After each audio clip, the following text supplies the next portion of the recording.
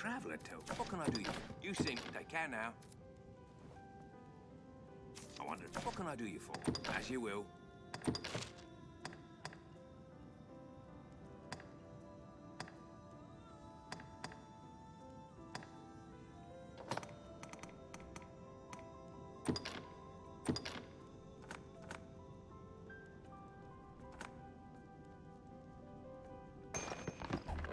As you will. What can I do you for?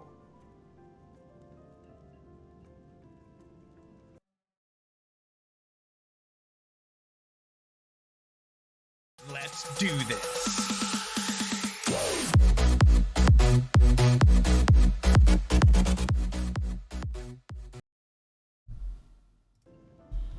All right. Here we go. Back into Dragon's Dogma. Bear with me just a second while I check the mic. Seems like everything's good. Okay. So, we're going to get into some Dragon's Dogma today. I know it's, again, a little bit of an odd time for stream, so apologies. Anybody who's catching this on the VOD, that's not going to matter to you too much. But, yeah, things have been a bit hectic and a bit difficult. So, for the time being, I'm going to be experimenting with what works and what doesn't, how to get the best sleep, all of that kind of stuff. And trying to just be healthy as much as I can, and trying to make it through. So, for now, today was normally set aside for, originally the experiment was to try and get some kind of multiplayer going for XCOM, generally speaking. But I also opened it up to multiplayer for other games if somebody was interested and decided they wanted to play something else other than XCOM multiplayer. But for anybody who, in that note, for anybody who needs the bubonic achievement for 2012 XCOM, let me know. We can get you that bubonic achievement really easily. All you have to do is start up a multiplayer game for XCOM, and there we go. Just play one game against me, and you'll get it. And I'm not much into PvP, but if it's just a fun, friendly game, then not a big deal, you know. But PvP is generally not my biggest thing. So anyway, that being said, today I decided I really needed to do something else. So this is just, for me, I'm going to work on some Dragon's Dogma today. It's probably going to be Dragon's Dogma for Wednesday, Saturday, maybe Sunday. Maybe. And then the rest of the time, XCOM Long War. But we'll see. We'll see how it plays out. I need to experiment. I need to figure out what works best for me right now. But being here is working. So, today I want to do something that I wasn't planning originally. I wasn't going to go to Bitter Black Isle, but I think we are. And I'm not going to spend a ton of time there, but there's one particular item that I want to get. I want to get the ring, I think it's called the Ring of Perseverance. I think. Hambulis! How's it going, Hambulis? I hope you're having a good day. The crowd demands XCOM. Yeah, I thought about it. I really did think about playing XCOM today, but it was going to be an off the cuff stream, and random time, not totally planned. So I didn't want to get back into Long War because I don't want people who are actually following along to miss too much, and then I didn't want to get into the achievement hunting just because something just didn't feel right about doing it today. So, here we are. Can only do so much. I hope you're having a great day, and thanks for being here. It's awesome to see you. Chimera Squad, yeah. I haven't played it yet. I own it. I have not played it yet. As you will. I want to give it a try. I've heard that it's not quite as much XCOM as some people would have liked. But who knows? Who knows? I'm sure everybody's got different opinions. So, I don't know. We'll see how I feel about it when I try it. Just sort some of my inventory here.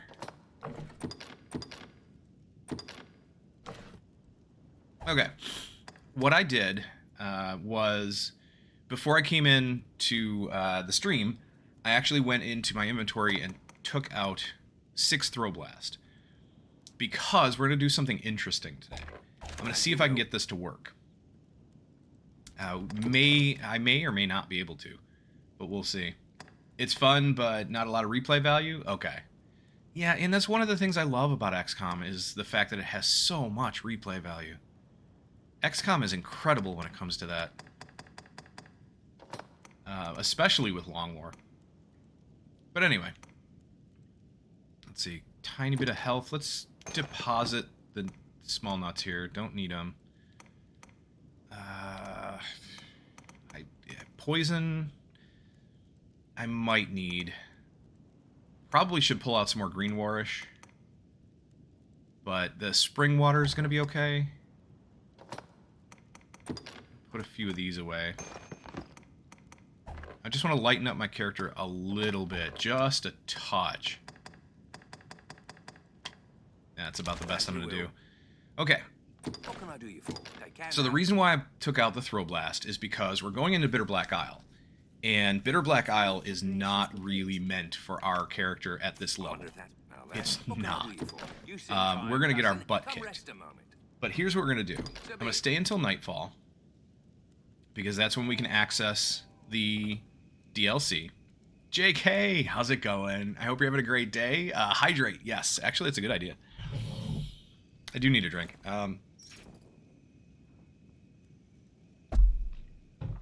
Thank you. So I hope you're having a good day today, and it's really good to see you. So we're going to go down to the dock. Where is it? This way, I believe. Hambless, XCOM 2 with the mods has near infinite replay value. Yeah, still haven't played XCOM 2 with any mods yet. That's it. JK, my day's good. Worked for my cousin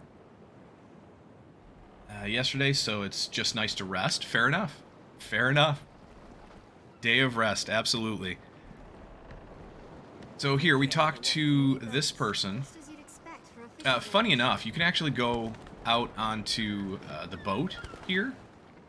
And I think, if I remember correctly, on this boat there's a loot spot. You can actually loot something on there.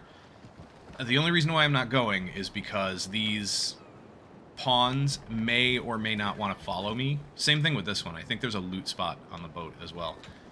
But they may or may not want to try to follow me, and if they go in the water, they pretty much instantly die. So I'm not going to do that. How am I? I'm doing okay. I'm doing okay. Today is a better day. I'm still hurting quite a bit. I need to, like, once I did a little stretching earlier, but once the stream is done, I'm going to get up and do some more stretching, and then go get dinner started, and then come back and do a little bit more of a workout, kind of, sort of, but I'm going to take it really easy. I just feel like I've been so sore for so long after whatever it was, you know, whatever I did to my back when I worked out last. I just haven't worked out in a few days, and I need to. But I've just been in so much pain. And it comes and goes, too, which is funny.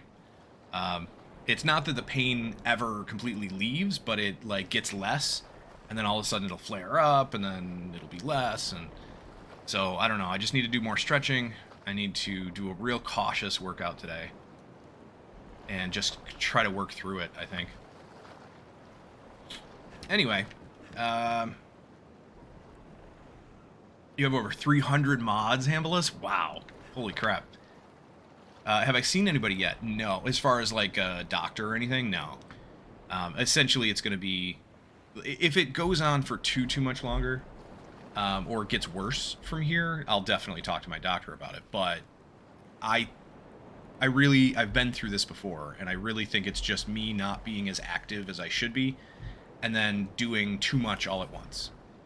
Trying to get back into it and doing too much all at once, and just my back is screaming at me like, like, what the heck are you doing? So I think I just need to slow down and get back into it really slowly. But I definitely need to get back into it. I love how the pawns, this is kind of a cool feature too, how the pawns will, it's just a neat little thing. They'll lean over in front of your character if you're AFK for too long, and they'll just kind of like wave their hand in front of your face, like, hey, are you still there? You know? Anyway, we'll talk to Ulra here. And we're going to, I'm going to skip like any DLC stuff that happens, because after watching some more videos about Dragon's Dogma and everything, apparently it's not uncommon. Capcom copyright claims everything as much as they can with any kind of, you know, cutscenes and stuff. So we're going to be skipping cutscenes, I think, from now on, for the most part. I'll try to talk about the cutscene if I can remember what it is and like how it plays in the story or whatever, but that's about it. The cutscene for this one, if I remember right, I think it kind of shows you a little bit of... Junaid Kanjking cheered Dex 10. JK, thank you. Awesome. The clover, I love it. For the 10 bits, thank you so much. Cheering 10 bits. Thank you, JK. I hope you feel better after easing back into a workout. Yeah, I hope so too. But we'll see over the next few days or so. Anyway, the cutscene for this, I think, is just kind of like an overview of Bitter Black Isle, just kind of leading you through the dungeon a little bit, showing you what to expect. You have my eternal... You speak now to a shadow of sorts. My flesh resides elsewhere. I would take you there now, if it please you. So she's going to take us to Bitter Black Isle. And... saves. Yeah, apparently Capcom is very, very heavy-handed. Is that... when it comes to copyright claims.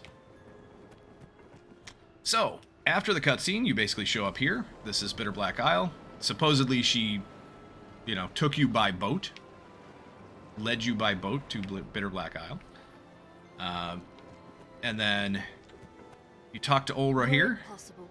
I would not send you off with... And she kind of explains a little bit about what this place is. I am versed in the pure affection. Should you in your travels find such insult, the procedure requires... It's just a dungeon. And it is kind of like an endgame dungeon, where you can find some of the best equipment and gear in the game. She does everything. She manages your stored items, changes your skills vocation.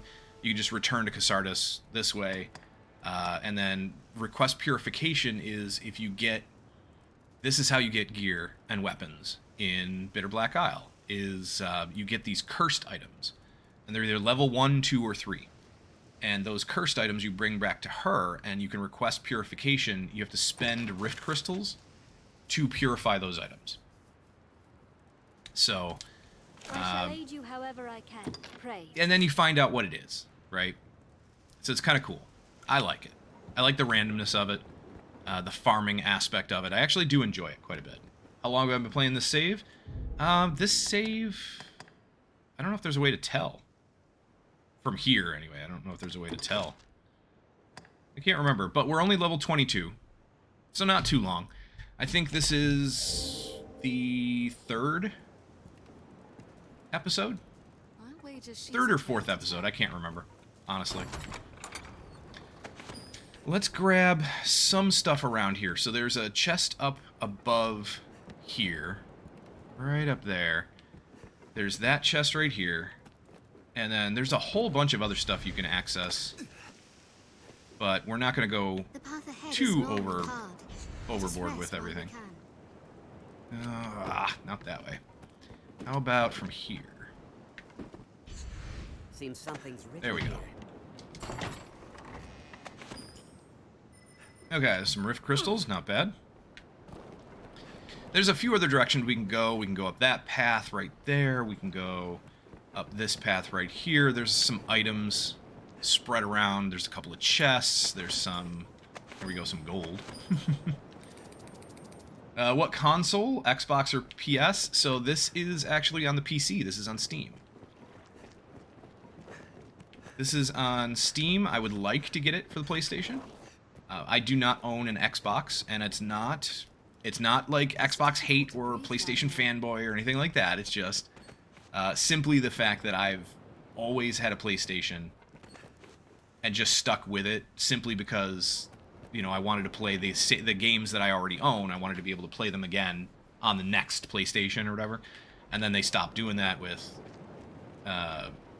PS3 or you know, kind of with PS3. They did it for a little while in the beginning. But then they stopped backwards compatibility for the most part. And now they're kind of sort of bringing it back just a little bit. Whatever. It's just that I've always had a PlayStation, so I never really got an Xbox. But that being said, yes, PC, but you have a controller plugged in? I do. I've got my PlayStation controller plugged in, PS4 controller. I want to check the notice board here real quick. Purify cursed item. Further upgrade a weapon. So, I'm going to grab these quests. Even though they're... At least the upgrade an item quest we're not going to be able to do. Which one is it? This one. Further upgrade a weapon that has been strengthened with Wormfire. We're not going to be able to do this for a little while, because we have to fight and kill a dragon first and get something dragon forged, and then upgrade that weapon. So we're not going to do that. But this one, probably, because I think we're going to come across at least one cursed item that we can purify. And then this one, I don't remember. But it's not a huge quest. So, here we go. My hope I shall aid you, however, Manage stored if there items. is- Let me deposit real quick. I think we picked up something. What did we pick up? Cloak. Just extra weight. If I don't there is need. aught, I shall lay prey. Just got my aunt's old PlayStation 3 from her, but I don't have any controllers or wires for it. Yikes. So again, another cutscene. Basically, it's just opening the door, saying, you know, welcome, blah, blah, blah. You can, throughout Bitter Black Isle, you can learn the history of the pawns and, you know, all kinds of stuff that has happened in this world. You can learn quite a bit of lore. We're not going to be really worried about that right now, because we can't do much in Bitter Black Isle. Essentially, we're just going to be running through. And these say goodbye, because say goodbye to our pawns here, because they are most likely going to die. And we are probably not going to be able to revive them. But yeah, lore, JK, how I love juicy lore. I do too, very, very much. Unfortunately, I don't think we're going to be able to explore too much of the lore today. We need to be a much higher level for this to really be something that we can get into. So this is the Ring of Purpure. Let me go to the equipment here. Ring of Purpure, this is not what we're looking for. This essentially just heightens your resistance to thunder. It's a pretty decent resist. 15%, it's not bad. But we do not want that yet. We don't need it right now. We are going to, from here on out, we are going to be running. And you're going to hear these words come up every once in a while. You're going to hear somebody speaking. These are dead pawns. I'm not going to get too much into the lore, like I said, but these are dead pawns, and they're going to kind of have this like fog effect on them a little bit. When we first get to them. I'm not going to really explore too much of what they say. Put on a lantern. Let's run and try not to get hit. Let's see if we can get everybody to follow us. We have a few places that we need to go. And this is going to take just a little while. Uh-oh. Hopefully we don't get poisoned. We did. Alright, that's fine. We got poisoned, but not a big deal. I'm going to use Mithridate to cure the poison. And keep going. We'll just get everybody to come with us. I'll address that. I'll address what just happened in a second, but I need some more stamina. So death has spawned. And, oh crap. Run! Death has spawned, and we do not want to deal with death. He will absolutely destroy us, no question. So we're just going to keep running. Let's try to get the pawns to come with. This area that I took... so, here's the map, right? Essentially, there's only one way to go at the very beginning. So when we talked to Olra, we went through the door that opened for the cutscene, went down and opened another door, and that's what this is. Okay? And, well, that's what this was over here. I didn't realize the map was going to not show that, but here. I've learned new techniques against that foe. Pawn died. Pawn died. Okay, death has disappeared, but death permanently killed our pawns, unfortunately. I figured it would happen. Right up here, let me show the map. So where we came in...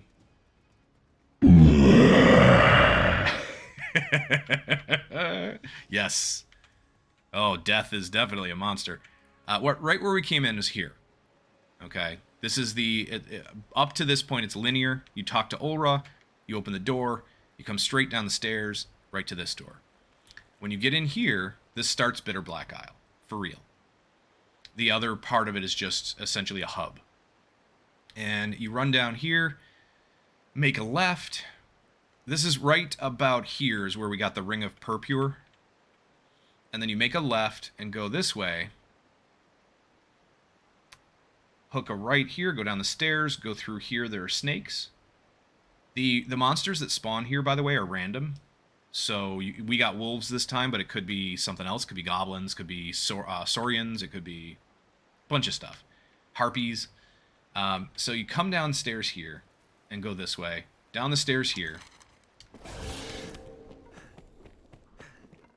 Let me get some more stamina.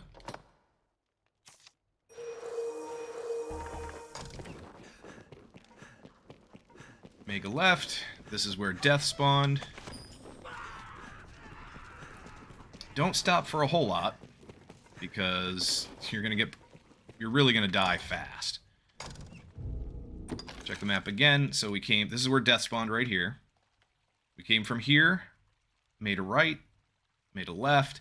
We're gonna go up here. This is pretty much a dead end, but there are a couple of good items up here. Well, items and gold and Harspud milk, which is restorative. Pick up a little gold there, some rift crystals. And then jump back down and don't go back down the hole we came up. Come around it to this side and... Violet Neckrab. Okay. Since it's pretty safe right here, I figured I'd take a little detour and just grab that item. There is only one way to go, and that's right down to this door. Now this should be, if I remember correctly, the Duskmoon Tower? Is that what it's called? Skip another cutscene here. Yep, Duskmoon Tower. And we meet our friend here, Avender. He is Barak. He can do the same thing. He can he can't purify items, but he can rarefy them, meaning he can increase their rank. So if you get something that's dragon forged, he could increase its rank. He can do that with regular items as well. I think, yeah, we'll make the Violet Neckrab level 1. Why not? It looks good. Now, will you have a look? Let's manage store items and deposit just to lighten us up a little bit more.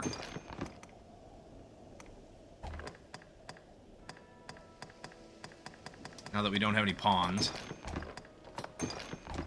What'll it be? Nothing, no. Okay, we are going to... So there we go. That was meeting the pawn. He is a pawn, by the way, but he's a vendor pawn. That was that quest. So not a big deal. Got that done. That's real easy. We're going to come down here to... Let's check the map. Oh. Of course. I didn't realize it was going to switch. There we go. Here's where we came in. Here's where we met our pawn vendor. Made a right, go down the stairs.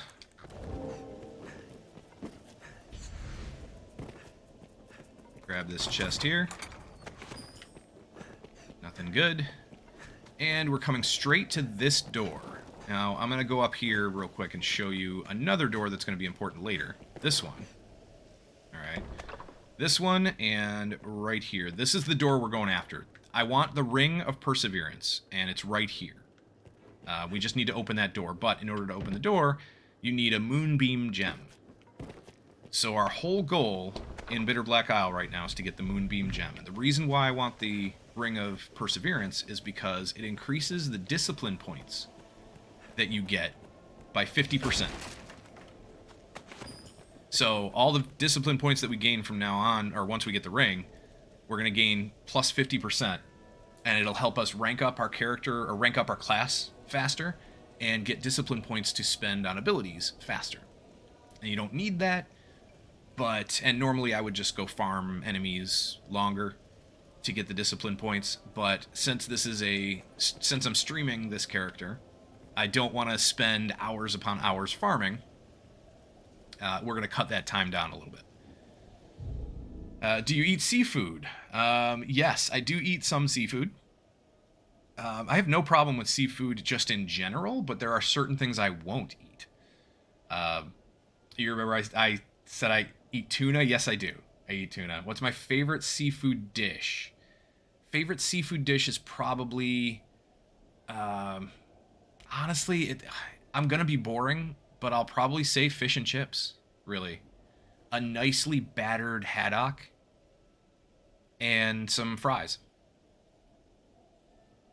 It may be a boring dish, but if you get the right batter and it's made well, and it's a good haddock,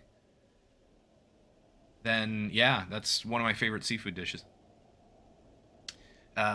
Discipline points, skill points. So discipline points are, let me show the character here real quick. So we have experience that determines our character level. But then if you look down at the bottom, it's discipline points, or DCP, and that determines the rank you are in your class. So you have a character level, which is completely tied to your character period. That is your character level, and you can go up to level 200. Although it shows infinity when you get up to 200. But you have a character level of up to 200. Your vocation, or class, right now I'm a sorcerer, and you have a rank for that class. So that's like your level in that class. Your rank can go from 1 to 9. And discipline points determine your rank. So the more discipline points you gain while you're in a certain class, the higher the rank you get in that class. Eventually you will rank up. So discipline points increase your rank, experience points increase your level. Discipline points are also what you need to spend to purchase abilities, to purchase spells, to purchase, abilities on different classes like fighter, warrior, strider, whatever. You spend those discipline points to purchase those abilities, whether it be passives, whether it be active abilities, whatever. Now, those discipline points are universal, so if you earn them on one class or one vocation, you can spend them on any other vocation, doesn't matter, not a big deal. But the discipline points that you earn on the sorcerer only increase the rank of the sorcerer. So they're used as a currency, but they're also used as a way to rank up a specific vocation. So if you want to rank up the mage, you have to earn discipline points on the mage, but then you can spend those discipline points on any other class, any other vocation, doesn't matter. It's kind of a cool system. It is a little bit complex and a little bit confusing at first, but I like it. I like it. So, essentially, we came down the stairs here, the broken stairs, and just went to pretty much straight to the first door that you can see. This is the door that we need to go and grab something called the Void Key. The Void Key we need to get into another door that's over here, and I'll show that in a little bit. And then that's how we get to the Moonbeam Gem, and then we have to come back and use the Moonbeam Gem on this door, which says it's a dead end, but it's not. It's a locked door. Well, it is kind of a dead end, but there's a locked door here. You use the Moonbeam Gem on it, open the door, and grab the ring. There is, same thing here, there's a Moonbeam Gem for this one. There's also a Moonbeam Gem for, like, I don't know, there's a handful of other doors in this area that are still in the Fog of War here that need Moonbeam Gems. And you can use that Moonbeam Gem on any of these doors that you want. But if you use it on the wrong one, for us, I want to go for the Ring of Perseverance. If I used it on the wrong one, I'd have to go find another one. And that would be a pain in the butt. So we're going to go in here, grab the Void Key, go use the Void Key to unlock a door here, go grab the Moonbeam Gem, and then come back and use it here. I don't know, whenever I've had fish and chips, the batter is always bad, so you just gave up on it. Okay, fair enough. It is, I will say it's far more common to find a bad fish and chips recipe than it is to find a good one, in my opinion. That's just what I've encountered. So we are running past everything. This map starts right here, come down this way, go past the broken Riftstone. I don't want to open up too many chests. Like, there are a bunch of chests that we could open up. The problem is, I don't remember which chests have mimics. So I'm going to make this run really fast. And then, if I can remember where I'm going here. Yeah, not this way. This way. So I'm going to make this run really quick, and then I'll show on the map where I went. This treasure chest right here absolutely is a mimic, no question. I believe it's always a mimic, whereas some of the other ones are random and may not be. Potent green boorish, why not? So do not open that chest. You can if you want, but you are going to get hit by a mimic. The spiders are just falling into the water here and dying. So we're getting experience for it, which is great. But, oh well. And then we're going to go through this broken wall here. Let's show the map. So we came in here, basically just ran straight past the broken riftstone, past all the enemies, past the locked doors. We went down here. I made the wrong turn. I made a left turn instead of a right. We should have gone this way. So corrected it, went to the dock here, and went around here. This is where the mimic chest is. This is the room with the spiders in it. There's a chest in here too. I just didn't want to grab it. And then we're going to go this way, around here, I believe, up here. And then I'll show you another spot that is a place to look out for, a place to be wary of. This is not meant to be like an ultimate guide or anything. I'm just kind of explaining it as I go. It's not going to be the greatest explanation. But at some point, I would love to actually write a guide or film a guide for this. I'm going to grab this one because I knew this should not have been a mimic. If it was, we would die and I would have to reload. No big deal. We got a bow. Yeah, so we basically just went through the broken wall here, around the corner, through this area. We're going to go up here. And I want to say, yeah, through all of the undead. Down here. Make a left. And then just keep going. Yep, right through here. All right. So just so the path isn't too confusing. So this is the broken wall. Around here, around here, make a right, make a right, make a left, because there's only one way you can go, make a left, and it's all straightforward from there. We go straight to the door, and we're in the next area. What do you get from killing mimics, or is it different for each mimic? So it's different per chest. It's based on the chest that mimic is from. And when you kill the mimic, you get the reward from the chest. If you don't kill the mimic, they do disappear after a while. The chest, so the mimics in this game are interesting because it's not, the chest itself isn't the mimic. The mimic is inside the chest, really. It's like this worm thing that comes out and attacks you. So the chest will remain, but if you don't kill the mimic that was inside, you lose the opportunity for that loot. The loot just basically vanishes. You have to kill the mimic to get the loot from that chest. And they're not easy to kill. So if one method would be to let your pawns open the chest.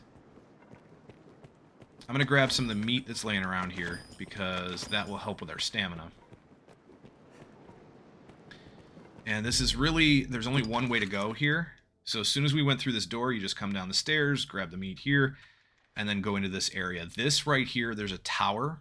It's called the Midnight Helix, and we are on the first floor.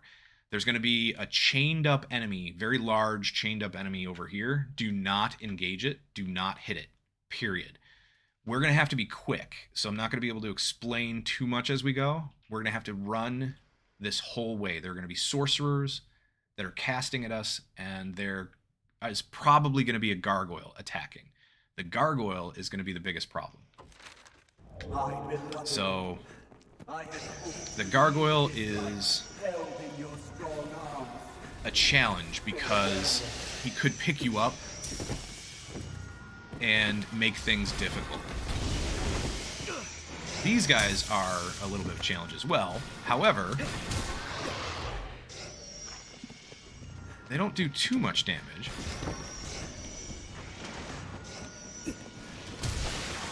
Just gonna knock him down. And I'm gonna make my way... Oh, there he is. Crap. No, no, no, no. Get up there. No, no, no. Crap. Uh-oh. I need to heal. How about some green wash? We're going to splat on the floor, and I'm going to have to make that run up again. Barely survived. Alright, let's go. No! Alright, so I got unlucky. This is very unlucky, because the gargoyle decided to attack early on. It doesn't always. It doesn't always make it to you to attack early on. So what we're going to do instead is use a throw blast and crap.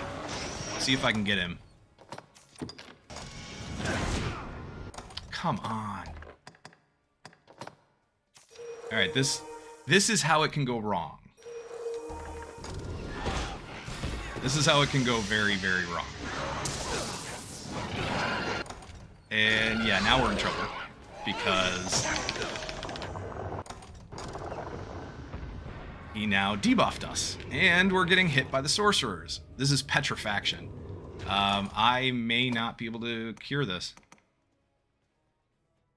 No, I don't think I have anything to cure. Well, that's not true. Interventive might.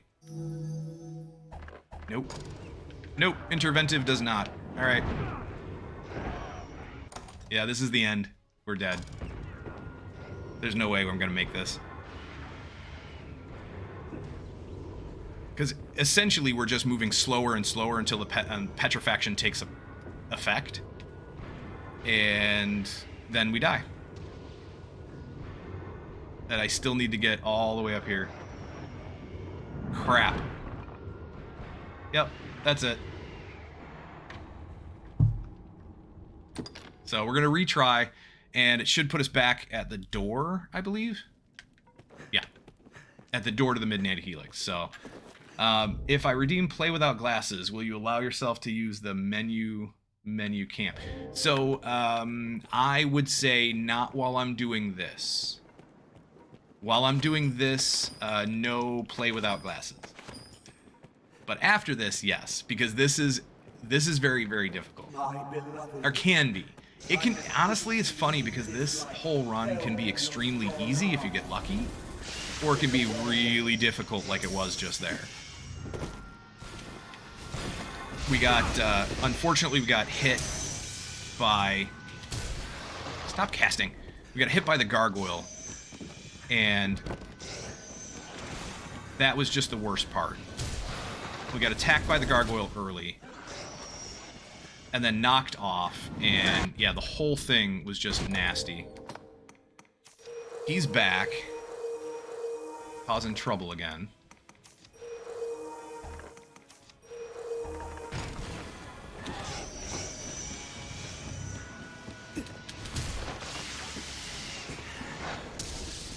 We gotta get up to the very top, and then maybe I can take care of it.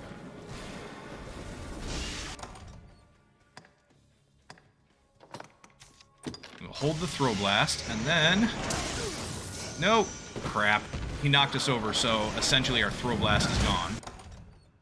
And then he hit me before I could even get up.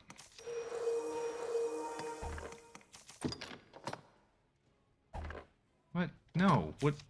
I didn't want to discard anything. Seriously? Okay, so we just have to get up. Use the throw blast. And not get hit again. If you get hit while you're holding the throw blast, you drop it. So you can't throw it. And he's hitting me from nowhere. He's just coming out of nowhere.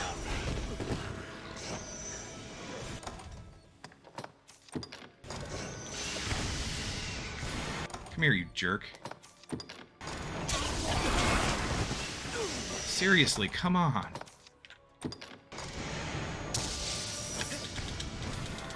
Oh, come on.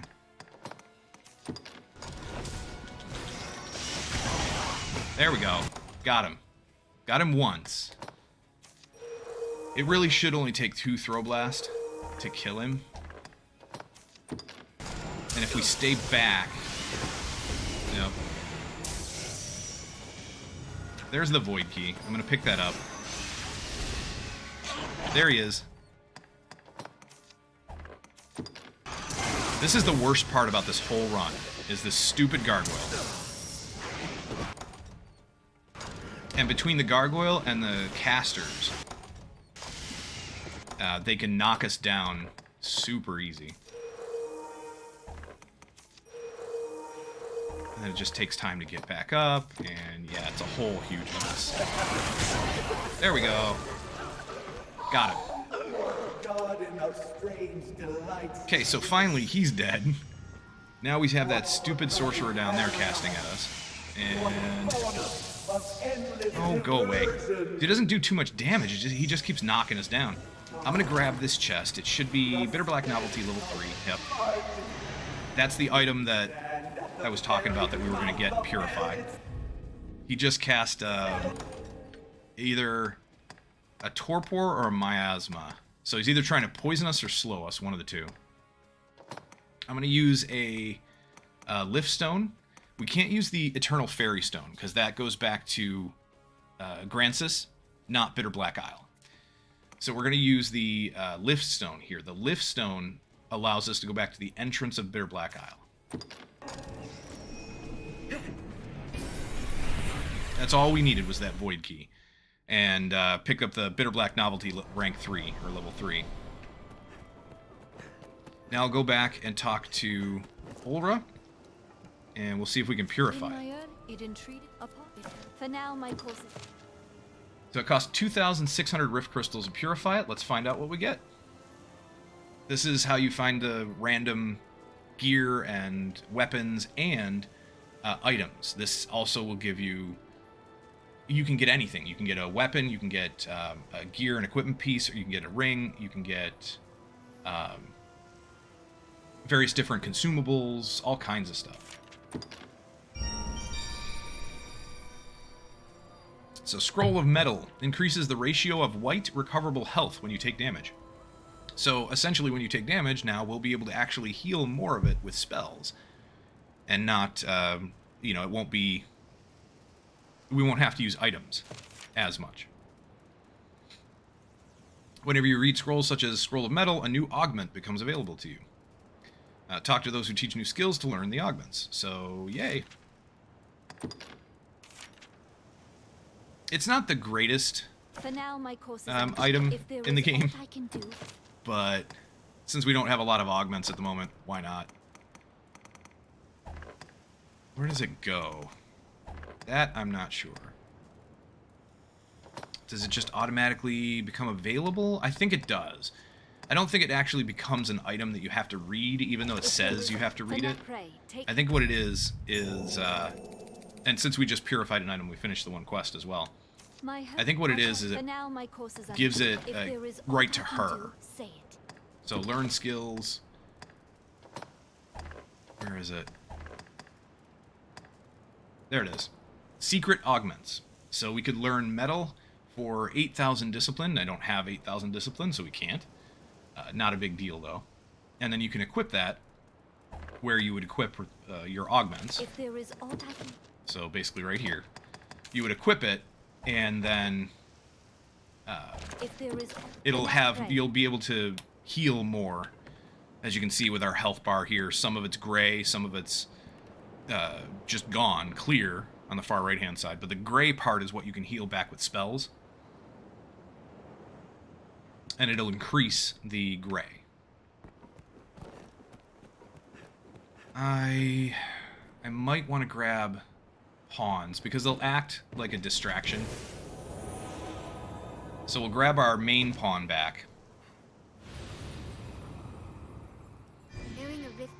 And she will act, she and the other two that I'm going to grab are going to act like distractions for the enemies, because we still have one more section of the game to go, one more section of Bitter Black Isle to go through to get our Moonbeam Gem. Let's rehire Lucy. Lucy is actually pretty decent. Yes, even though she's only level 5, she actually has some pretty good hit points and defenses and whatnot. So she's pretty decent. How about this? I'm going to hire Peta. Now, this Peta is from my main character. This is my main character's pawn. She's pretty decked out. She's got a really decent skills, really good stats. And I can hire her for free, even though she is technically level 200. And we're only level 22, 23, I think. I can hire her for free because she is on my friends list. Knowing a riftstone is close at hand is welcome relief to a So we've got Peta, all caps, and Peta, lowercase. I shall restore your health. Hold on. And Lucy. So let's go back into Bitter Black Isle. Now that we have the Void Key, we need to go open another door. This is... It can seem really complicated to get this done the first time you do it, but it's a lot more straightforward than it seems. It really is. Oh, there's a couple of treasure chests here as well. You can pick these up. They're, as far as I know, mimics don't spawn here. Ah! Stop it. There's another chest back here. I'm pretty sure can't be a mimic. These aren't necessary, though. I wouldn't recommend it. And there's one right here. This one, I think, can be a mimic, but I'm not 100% sure. So we're not going to check it. All of the snakes. Hopefully not get poisoned. Try to get our pawns to come with us.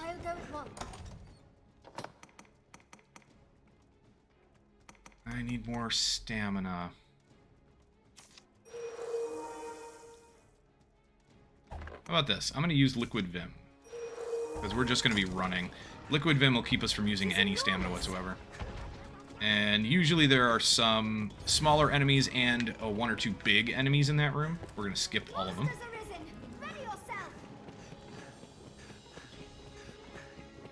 And Death did not spawn this time. He does guaranteed spawn the first time. After that, he can there is a chance for him to spawn. Let me grab some more stamina. This place. Let me get some more stamina stuff from this guy. What do we have? How about some mushrooms?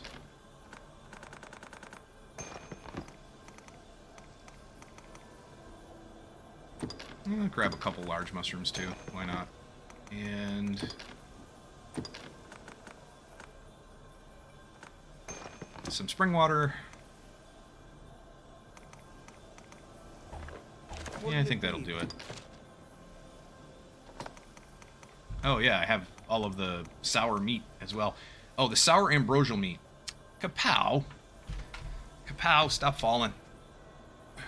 Sit up here, buddy. Sit up properly. There you go. Reminds me actually to straighten up myself, so thank you. But yeah. The sour ambrosial meat. I think we need this for a quest later. I'm going to deposit it. We're not going to use that. That's fairly rare. So ambrosial meat I am definitely putting in our bank. What else? I think I'll keep the rest. We're really not going to need the throw blast, but I'll keep a couple of them on us anyway. Ooh, I want that void key back.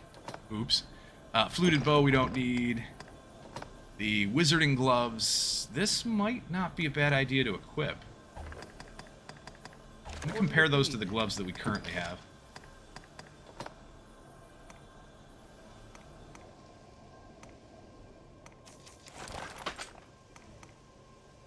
The bronze bangles give +1 to magic. Otherwise, there's not a huge difference. I mean, the bronze bangles are upgraded to rank 3. The wizarding gloves aren't upgraded at all, so there is that to consider, but I'm going to keep the bronze bangles on us for now. And we'll just deposit the gloves. Might check them out later. Let me grab the key, because we need that. That was kind of the whole purpose of coming here. Where is it? There it is. Void key. Okay. And then let's head down. I shall restore your health. Hold on. Okay, so this is the first door that we went into to go get the void key. Now, we're going to go this way. Grab some, perhaps some meat, if we can, from the rabbits. King Warish. Okay. Ooh, the deer quite often drop meat. So, you can grab them. Yeah, Scrag a Beast. Cool. That works. So if you need extra stamina, you can do that. There are some Warish around here, so you can grab those. There's some chests. You can always grab these. This whole area, if you explore this... Where is it? If you explore this Duskmoon Tower, you can find quite a lot of treasure chests, things to pick up, items all over the place. I mean, deer meat could be tasty? Yeah, JK, absolutely. So as I said, there are going to be a bunch of doors that use the Moonbeam Gems. You just want to make sure you open the right one if you're looking for that particular ring. These chests, as far as I know, I don't think any of the chests in Darkmoon, in the Darkmoon Tower here can be, or Duskmoon Tower. I don't think any of the treasure chests in here can be mimics. I'm not 100% sure on that, so don't quote me. But I don't think they can. So I think we're relatively safe looting all this stuff.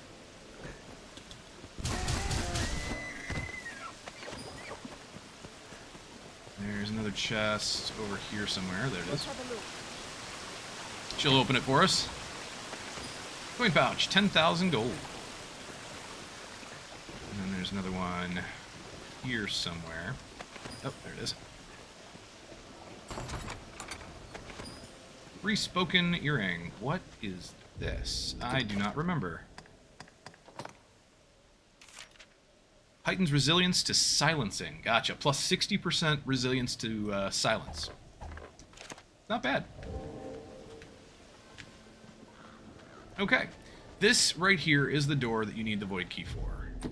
On the map, it's right here. So we came in up here, upstairs, above these. Came down the stairs, made a left. This was the first door we went into to get the void key. This is where you use the void key. There we go. Now this is a relatively straight shot. Once you know what you're doing. Once you know where you're going. There's another chest over here. I don't remember if this is a mimic, so we'll let one of them open it. Whoever opens it gets grabbed by the mimic immediately. It's not just that the mimic attacks you, you actually get grabbed. And somebody has to rescue you. So you come down here, make a left. There's only one path. You go right through this way. And right here, in this path, when we make a left through here, there are going to be these enemies that pop out of these corpse piles, or these bone piles. And you try not to get hit. Do your best not to get hit, because they are a little dangerous. What if you're not rescued? Death? Yeah, he pretty much eats you. The mimic will pretty much drain your health while it grabs you. It drains your health, and then you can shake your left stick to try and shake him off.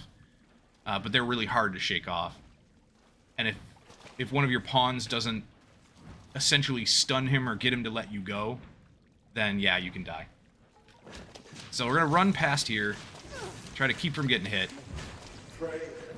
Run through here, and here's another enemy to avoid. So if you can see, the game's paused, but if you can see right above the equipment button, there is a cockatrice. The cockatrice is very dangerous, especially for me because I don't have anything that can get rid of petrification, as we saw with the gargoyle. So he can petrify you. Do not get petrified. I'm trying to remember which way to go here. I think we have to go straight ahead. Let's see if I can remember this. This is where I get a little bit shaky on where to go. I think it's through here. I've been stricken. And I think one of our pawns just got petrified. Yeah. Okay, it's right through here. So, one of our pawns got petrified, I believe. Have we sufficient stores? They might be running slowly. No, good. Somebody has the, what is it, Halidom, I think? Which removes certain things, like petrification. So, yay. Good. You can come up this first flight of stairs here and grab a treasure chest back here, which I believe, again, cannot be a mimic. That's got a lift stone in it. And then we're going to go through this door. Pretty straightforward, simple path. Right past this broken rift stone is a spring. So this is spring water. You can jump in it, heal your character up. Now, these guys your pawns don't necessarily want to get in. You can grab them and throw them in. You aren't soaked in water. If you throw them into the spring, they will start to heal. But they don't normally want to get in because they just watch you. Like, it's not, you can't move far enough back for them to follow. They just stand outside of the spring most of the time and just kind of watch you heal up. But if your pawns need healing, you can throw them into the spring. Yeah, the weird AI doesn't want to heal, I know. They just stand there and watch you while you're in the spring healing up. Let me grab... I think we have a couple of empty flasks. Let me grab some more. You can fill up on your spring water here if you have any empty flasks. You can rebuild the rift stone, and that'll allow you to... Essentially, it acts like any other rift stone. It'll allow you to access the rift, and you can change out your pawns and whatever. But you have to pay rift crystals to rebuild it. What we're really looking for is this. So as soon as you enter right here in the door, on the left-hand side, there's this little break in the wall. We're going to come in here and our friend Barak. I was an apothecary. I've made my now, will you have a look? I am going to store a few things with just to get some of this stuff out of our inventory. Intoxicating powder, corpse nettle we don't need. I don't really need the Scragga Beast. I've got some sour ones. That restores more stamina than the regular one. So if you wait for it to start to decay, the sour is the first stage of decay, and it restores more stamina than fresh meat that you get off of a kill.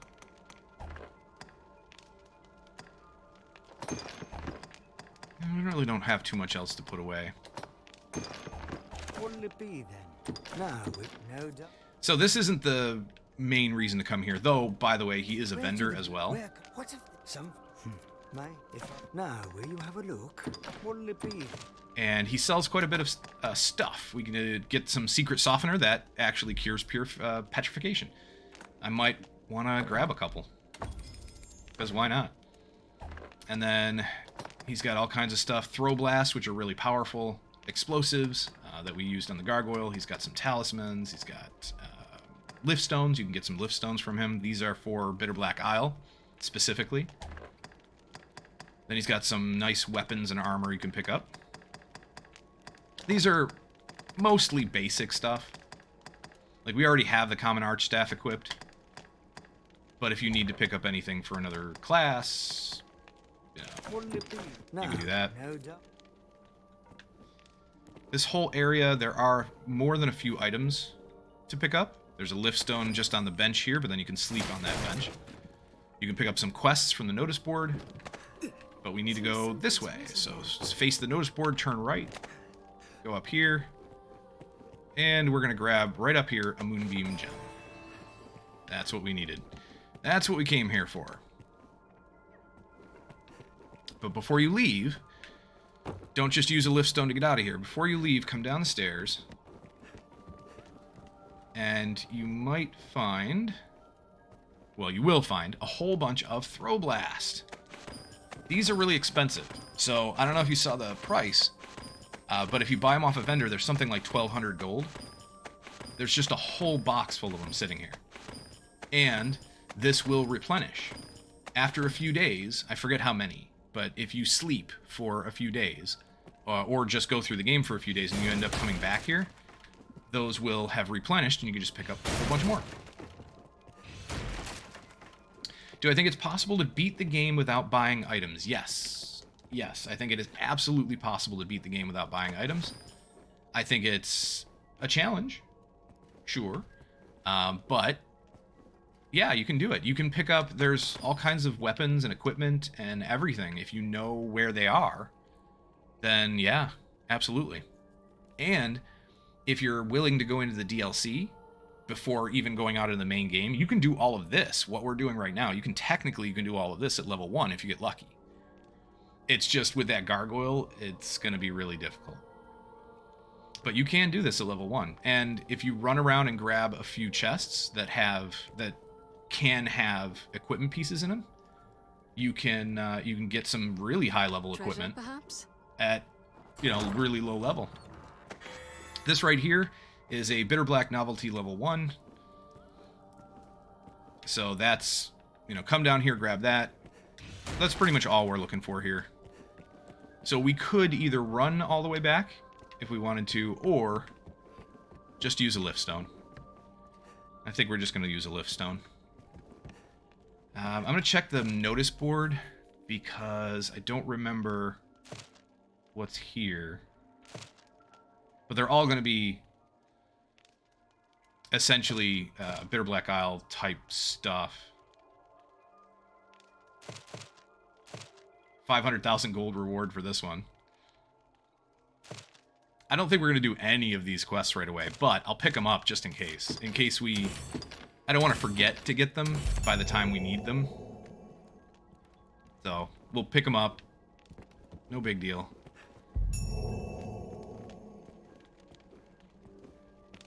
I think that's it. I don't think there's anything else here that I want to pick up.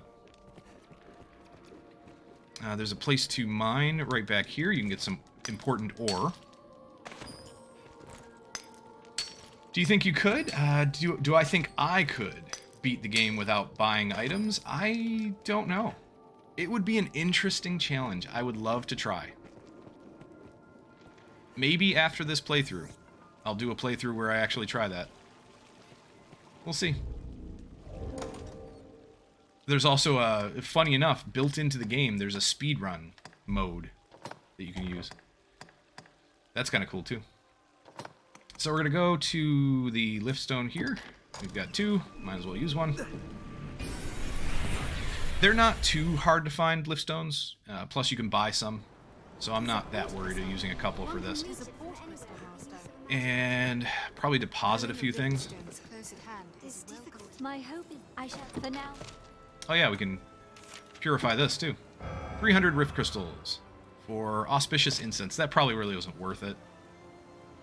It recovers a great deal of health to the entire party. I mean, it's a useful item, but...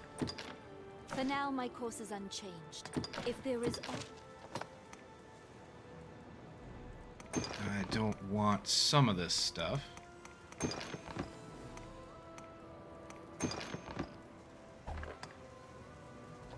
Let's get rid of the airtight flask. Let's get rid of most of the throw blast.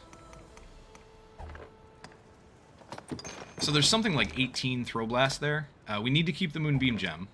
I don't want to deposit that. But there's something like 18 throw blast in that box that you can pick up. Don't really need a flask of water. And yeah.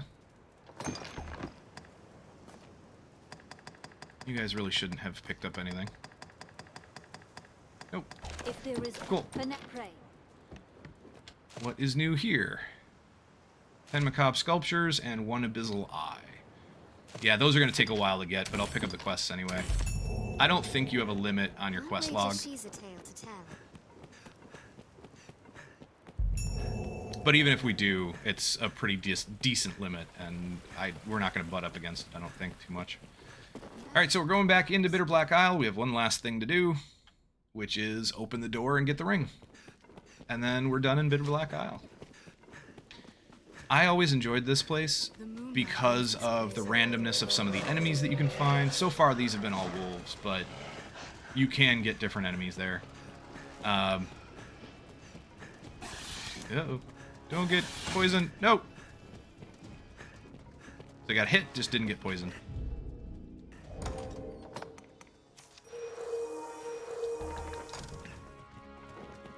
Yeah, I like the randomness of some of this. The fact that you can find different enemies in this area. Some of the boss type enemies that you can find, like Death. A tusk is broken loose. I'll go at once. I'm on my way. The Cockatrice, you can run into... see, they started... That's why we have a health bar above our head, because they started attacking the big guy in that room. You can run into the Cockatrice, you can run into... Dragon, you can run into Chimera. There's a bunch of stuff. And part of the fun is a little bit of that randomness. You know, random items from chests, random enemies that you come across. All of it.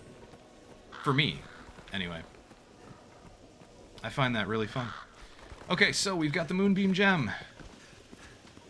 We are essentially ready to go get our ring. There's a chest over here that I forgot as well that I wanted to open. Ah, there we go. Skeleton key. That's used in other places in the game. And here we go. So on the map, it's this door right here.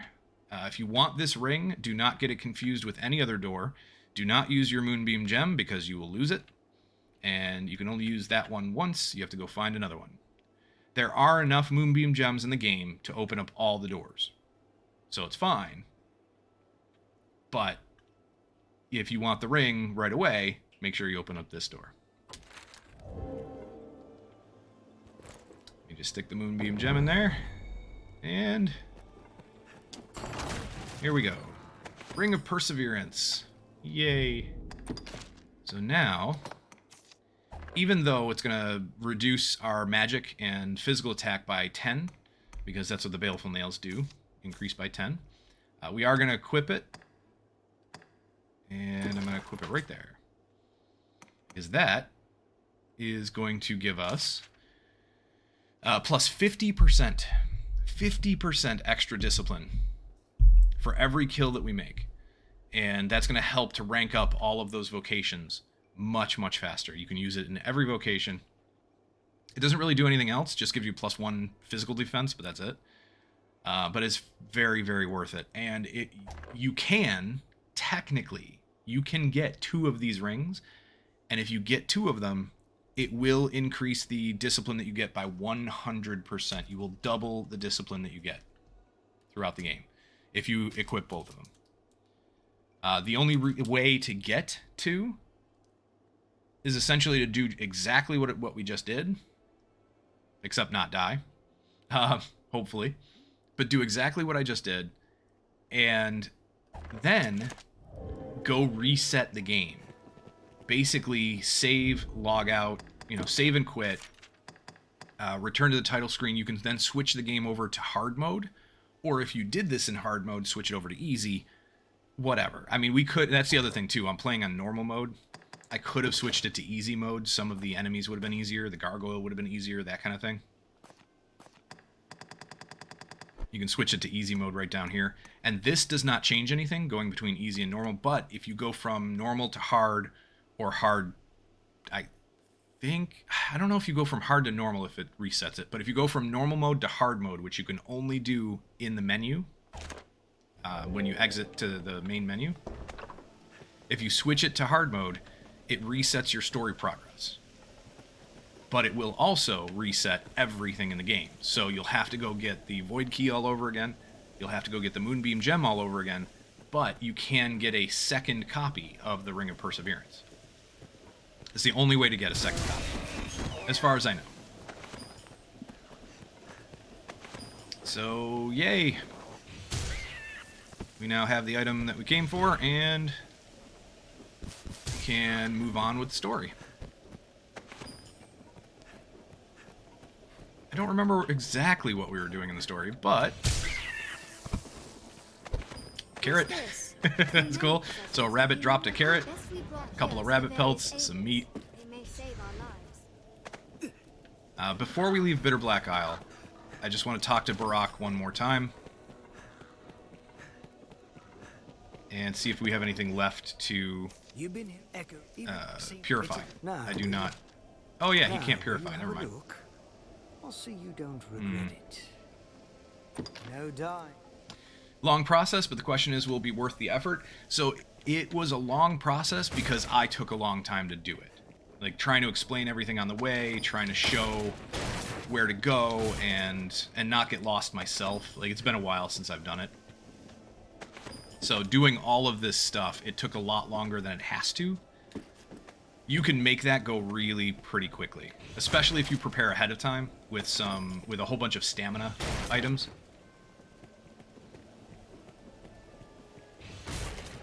Yeah, just exploring a little bit here. There are all kinds of different places that you can get to. So you can come out on this ledge. There's a spot in here where you can go down and grab. I think there's a chest down here somewhere. Yep, a couple of chests down here. I don't think these are mimics either. I don't think they can be. Liftstone and some gold. No big deal. But there's all kinds of little hidden stuff, hidden pathways, hidden items in Duskmoon Tower.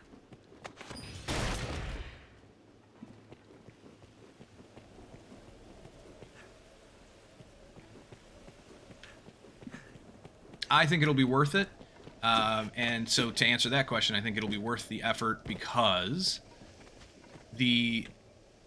I want to level up as much as I can as a sorcerer so I can get the most magic attack possible. Because when you gain experience, you always gain discipline points and experience for killing an enemy. But the experience points that you gain will level you up, and when you level up, as a certain vocation. If I level up now, I'll get, as a sorcerer, I'll get more magic attack power. If I leveled up as a fighter, I would get more physical attack power and defense, that kind of thing. So I want to level up as a sorcerer as much as possible to kind of max out my magic attack. The discipline that you get is what determines your vocation rank, your class rank, and that's how you get access to bigger and better spells. Bigger and better abilities. So I want to get to rank 9, even though I want to level up as a sorcerer, I want to get to rank 9, max rank, as every single vocation. Because there are other abilities, there are augments and, you know, different things that you can get from other vocations that you can still use on this vocation. For example, if I level up the mage, there is an augment that the mage gets that the sorcerer doesn't. It's a separate augment that the mage gets, which increases your magic attack power. It's just a passive ability that increases your magic attack. But you can only get it if you rank up as a mage. But I don't want to rank up as a mage because I want to rank up as a sorcerer. Sorcerer gets more magic attack than a mage does. Per level. So it'll help with that. It'll mean that I don't have to spend as much time farming to get ranks on any given vocation. So it'll be faster to get those abilities. I think our pawns are going to get crushed here. They're just running around grabbing some of the items that we can get. So these goblins aren't too bad. That Cyclops is going to be a pain though. I think the one that's going to have the best chance is lowercase Peta. She's going to have the best chance of actually taking him out. There we go. Oh yeah, she's doing some decent damage. Look at that. And he's done. He's gone.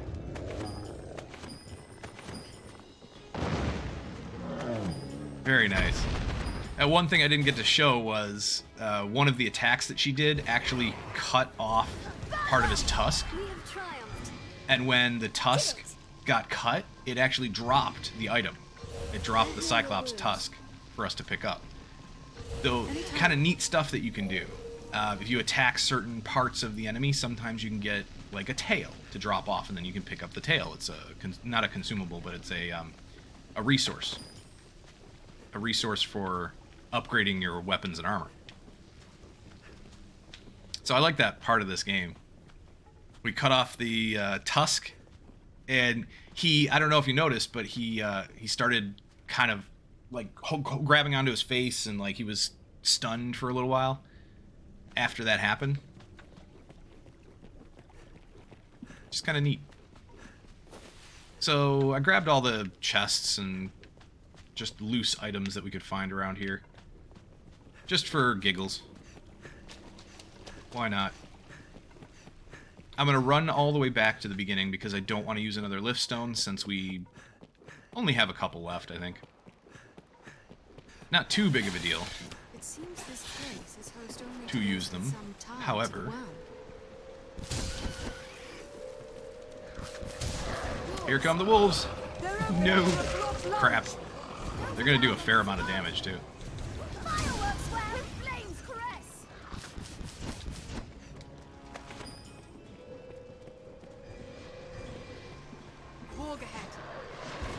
There they are. I don't know if we're going to be able to kill these guys. I might have to just run for it. I just wanted to see how much damage they do compared to us and whether or not we'd have a chance. Right, Master?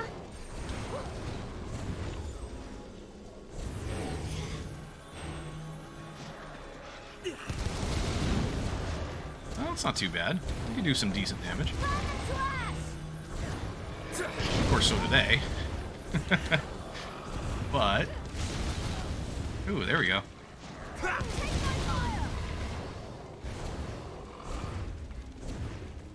Never mind the beasts. Yeah, so wolves are... they have a tendency to hit and run. Fire, let thy kiss.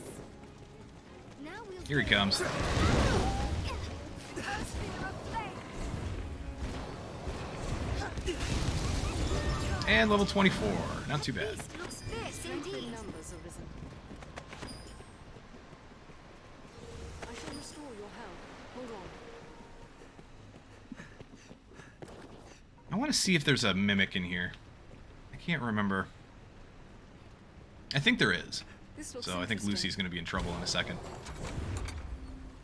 Oh no, good. Alright, so we got a rift cluster from that. Not bad.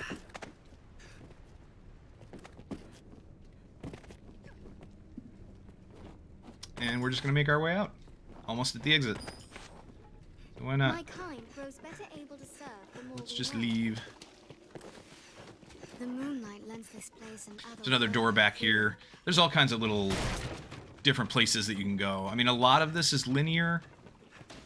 Once you've explored it enough, it feels linear.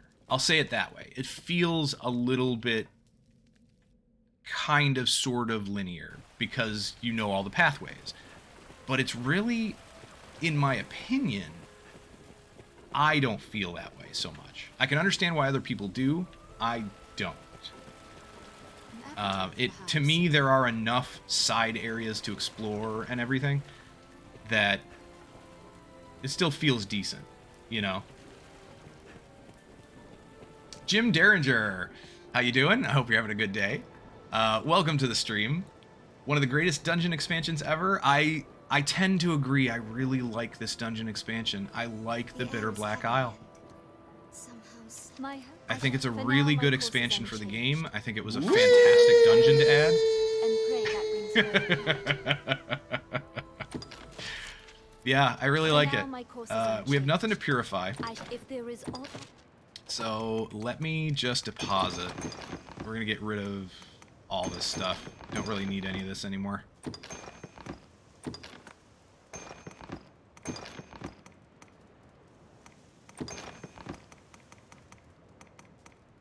Okay. Mithridate, don't need 5, so... Don't need skulls.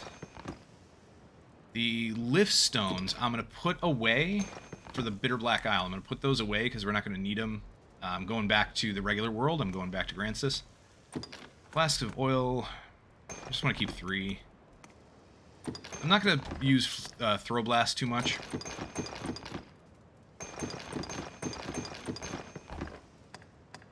So we'll put those away as well. Skeleton key. I do like to keep some skeleton keys on me, just because they can unlock various different places, and it's nice to have them. If you don't have them when you need them, you usually end up regretting it. We can't use the bone armor, we can't use that helmet, not as a sorcerer. Baleful nails I'm going to put in storage, but I think I'm going to equip them on Peta, on our pawn.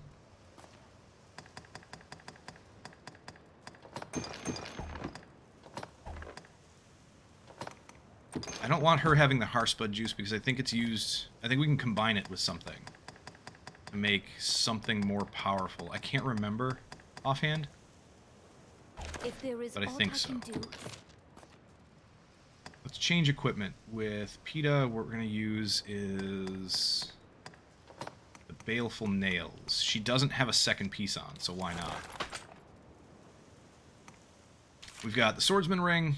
We've got the Daggerist Ring. You get those just by owning the DLC. Only gripe is Godsbaning chests for level 3 armor. Fair enough, but that's something... So for me, I don't mind farming. I don't mind doing that. I can do that for a couple hours and not get bored.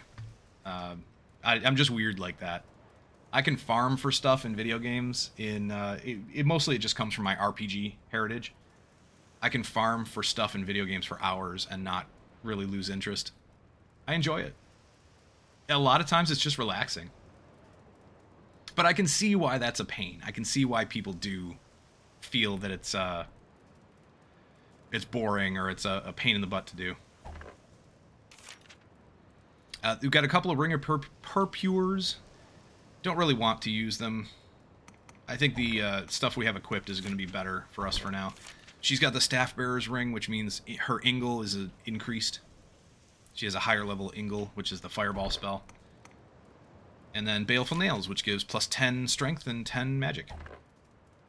So 10 physical attack, 10 magic attack. If there is aught I can Not too do, bad. say it. I wish I had a better weapon, though. That's one thing that we could do right now, but I don't really want to, For now, is my we course is could unchanged. technically I shall help go as I run am around able, Bitter Black and Isle for a pray little that while, brings further clarity. find specific chests that have the possibility of having a weapon in them, a cursed weapon. And they're all random. Pray, take Whether or not there's a cursed weapon in it, whether or not there's something else, it is random chance, and that's what Jim Derringer's talking about here. Is the God's Bane is essentially a dagger that you're given at one point in the game, which makes it easier to farm for the items that you want, because God's Bane will kill you. So it's not an act that it's a dagger, but it's not an actual weapon that you can use in the game. It's an item. It has infinite uses, but its only use is to kill you. So you use it on yourself, you then reload or retry from the last save, and so the whole idea is you save right in front of a chest that you want to open, and then you God's Bane if you don't get what you want. So you open the chest, see what you get. If you get something crappy, or you don't get the item that you wanted, you God's Bane, and then you reload and open the chest again. They specifically put it in the game for that reason, to help farm. With that being said, the other way to farm chests would be to go open all the chests you want, come back, and sleep for... I forget how long. I want to say it's like 5 to 7 days or something, right? I don't remember how long you have to do it, but you have to sleep for like 5 days or sleep for like 7 days, and then all of the chests will respawn, and you can go loot them all again. It'd be nice if the Moonbeam doors had more than just Strider bows. Fair enough, but the one Moonbeam door that we went to, the whole purpose of the beginning of today's stream anyway, was to get the Ring of Perseverance. So we get that extra 50% discipline. So there's at least one really good item behind one of the doors. Yeah, I think I remember, like, I don't remember exactly what's behind all of the doors, but I think I remember there being a few bows. Anyway, we're going to have her send us back to Casardis. For now, my course is over. Sir, I would take you there. And then we'll see what's up in Casardis. Return here at night, you're likely to find Ulra, who can guide you to Bitter Black Isle. Take care of the water's edge, Master. Many boats. Just as I in the might fishing village. send our other pawn back. I might send the pawn from my main character back home, because she is way too powerful. So I think I might go select somebody else. JK redeemed Hydrate? Nice. Alright, JK. Actually, that's a very good idea. I could use that. Let's check the status here real quick for PETA. This is my pawn from my main character. So she's got 3,138 hit points as opposed to our 924. So that's the first thing. 2960 stamina as opposed to our 1145. And she has a total magic attack of 3,491. That is phenomenal for where we are in the game right now.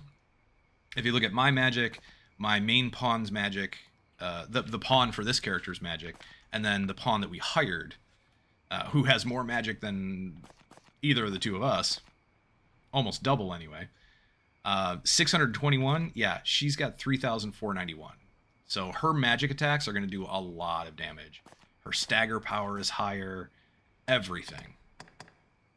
Her defenses, she's actually got some really good defenses. She's got 100% resistance to certain things like possession, silence, curse, magic down, magic defense down, all of that. Stagger resistance is pretty good. Yeah, my stagger and knockdown resistance is horrible right now. Even our pawn has a much better stagger and knockdown resistance. So, I don't know. I think she would just make things a little bit too easy. We're still going to try and hire a decent pawn The life of a salesman surely has to replace her. But I feel like she would just make the rest of the game a little easier than I want. There she is. Hello. Is everything in order, Master? We are going to release her. And I'm not going to give her anything because essentially this would just be transferring whatever item I give her over to my main character, my main account. I don't know that I want to. I don't think there's anything that I would want to send over. There's really nothing I need. I would like to do it the other way around because there are a couple of things I could use on this character. And why not? Maximum rating. I'm not going to compliment myself. I'd hope to serve you adequately. There May we go. our paths cross again. And she's gone. Runs off into the distance. So, we have a mage. We have... What is Lucy? Is she a sorcerer or mage? Order, Master? Mage. Okay. Is everything in order, Master? Lucy is actually a pretty decent mage.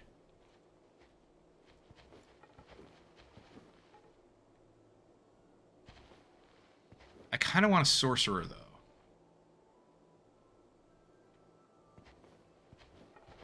What if we switch my main... Alright, what if I switch my pawn over to a sorcerer?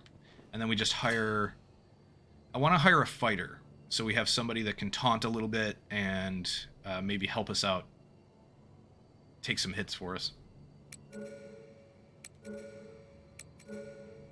So we'll hire somebody our level. Change the search conditions to just a fighter. And what abilities do you have?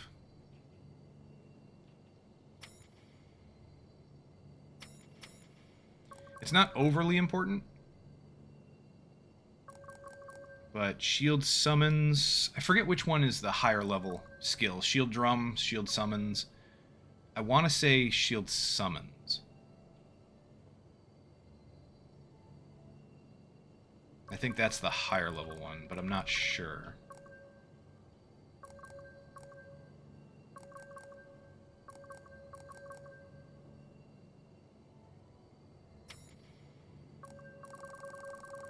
Yeah, most of these aren't going to matter too much, so...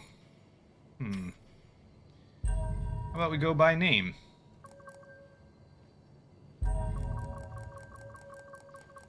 Jane Doe, nice. Spriggan, I love it.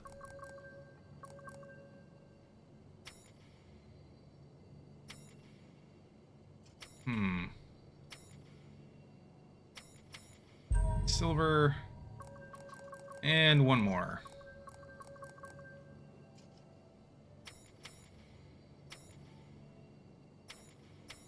I'm not sold on the perfect defense ability. So I don't know if I want somebody with that.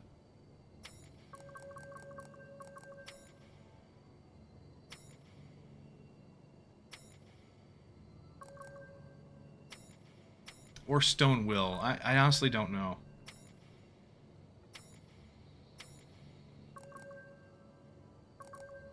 I might take somebody with it just to see. Alright, let's see what these people have, equipment-wise. Hello.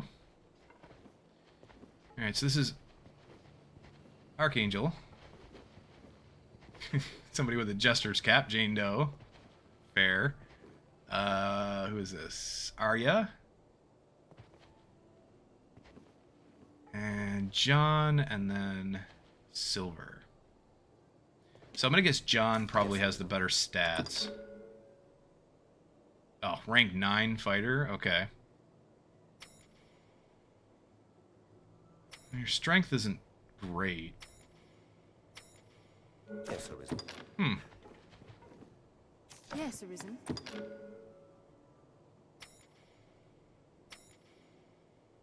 Your stats are a little better. Yes, Arisen. Okay, silver's an option. Yes, Arisen. Jane Doe.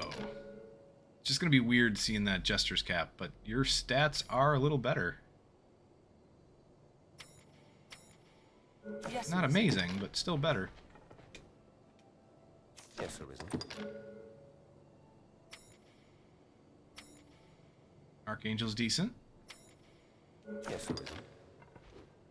Yes, Arisen.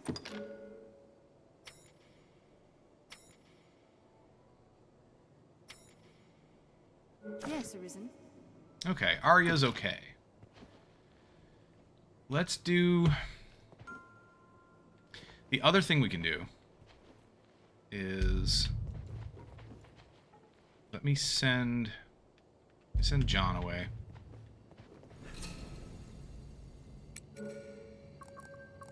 Past summons. Hank the Tank, level 13. Let's summon Hank the Tank. I want to see his stats real quick. Looks like Archangel is leaving. That's fine. Where's Hank the Tank? I just summoned him. Where'd he go? Oh, there he is. Yes, Arisen. What are your stats like? Yeah, so his stats are okay as well. They're not great. Everybody else here is a pretty decent match for him.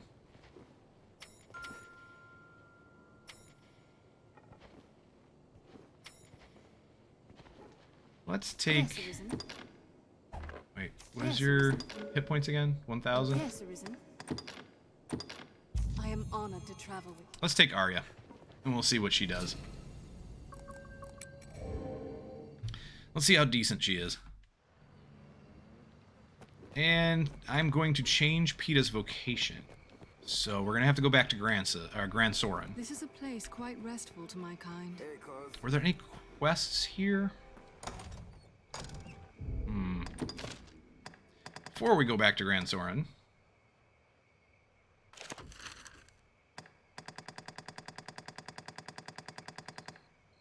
see if there are any quests in Cassardis. Not directly. No.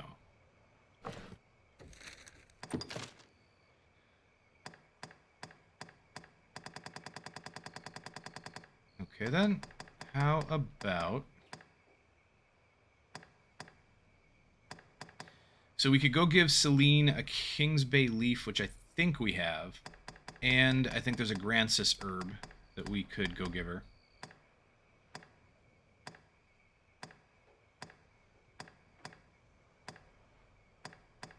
Let me check out the Badge of Vows 9. I think that's the next one on our list there. And then, I don't know, maybe do the Badge of Vows 9 and 10. And then see where that takes us. Because I want to go into the Everfall, but I don't want to do it until we get the... There's at least one or two, I can't remember how many there are, Badge of Vows in the Everfall.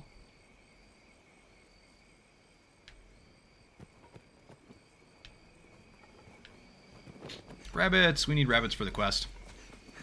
I think we need like 45 rabbits for the one quest.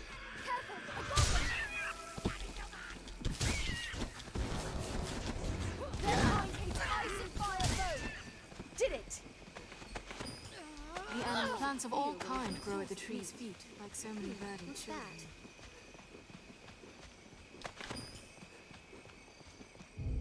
that? Okay, where is this quest? Ah, yes. Up at the Mountain Way Castle. So we're just going to run straight through the encampment, or straight around the encampment anyway. I might check the notice board at the encampment. Ooh.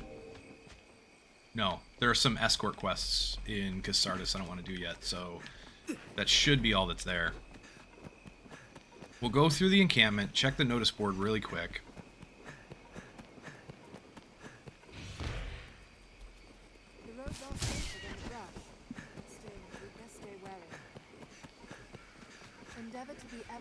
with that one.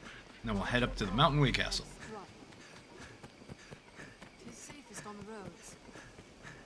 Perhaps we'll find ore among the crags that litter this place. The Duke would stand a commission some Getting new tired. roads. Well sturdy, this place. I love how when you get low on stamina, your character actually does slow down and starts to appear winded. I think it's fantastic. You're a vagabond people, born in a drifting world. So Reynard is not here. Reynard is probably in Grand Soren. It is a fine time to take stock and revise our party and equipment. There are no new quests on the notice Are board, used to instruct the men of the corps in seemingly. combat.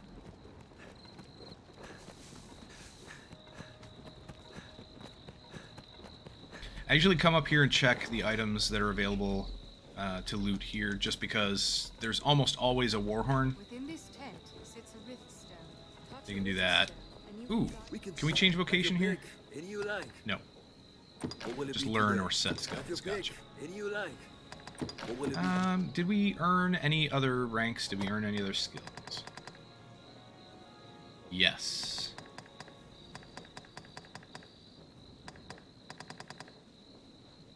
Okay, so there are some interesting ones here. Exequy is, I believe, this will outright kill most enemies if you can get them to stand in the area of effect long enough. There's a cast time on it.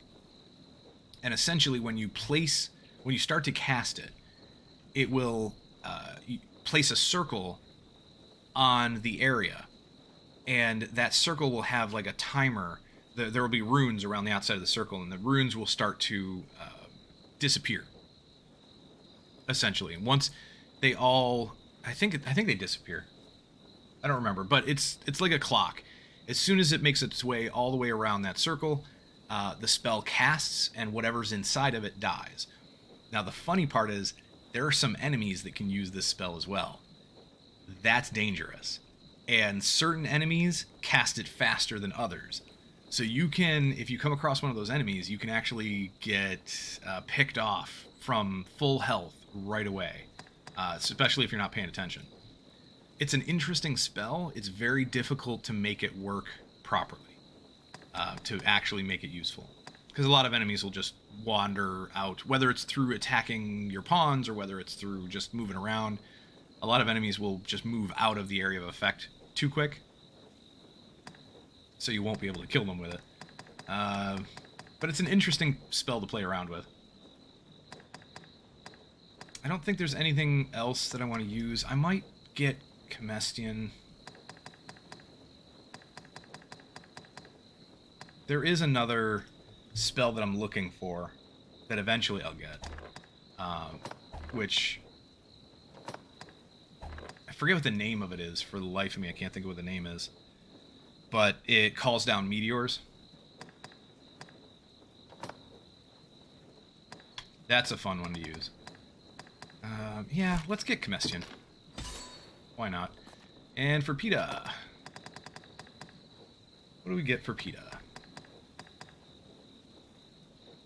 Probably Fire Affinity. It's just a longer lasting fire boon, basically. Also increases your magic. I think it actually increases your magic attack when you buff with it.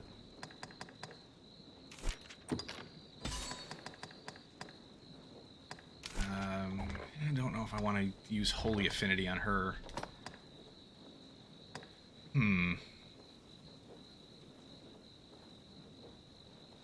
So this, I think, is the one I'm talking about. Focused Bolt. It's a charged attack. Essentially, you hold your light attack, and it charges up your staff. And whatever element your staff is equipped with, whatever element that your staff has on it naturally or is buffed with, it'll fire off magic bolts based on that element. And they do different things. For example, Holy tracks enemies. I love it. I think it's fantastic. I wish I had access to this. She is rank 6. We are rank 5. This is for a mage. So, yeah. I don't know when you get it, but we should get it on the sorcerer as well. This one, I don't remember. Conjure spheres of magical energy around the user to attack encroaching foes. Also employable from midair. I don't remember this one. Hold Y, then release to deploy. Okay. So this is just the... Essentially, this is hold X, which is light attack, to charge up your staff. This is hold Y, which is heavy attack, to charge up your staff. Gotcha. So I don't really need to give that to her. Not yet. Anything else? I might give her Thunder Affinity, because I might use that from time to time. Maybe even Holy Affinity.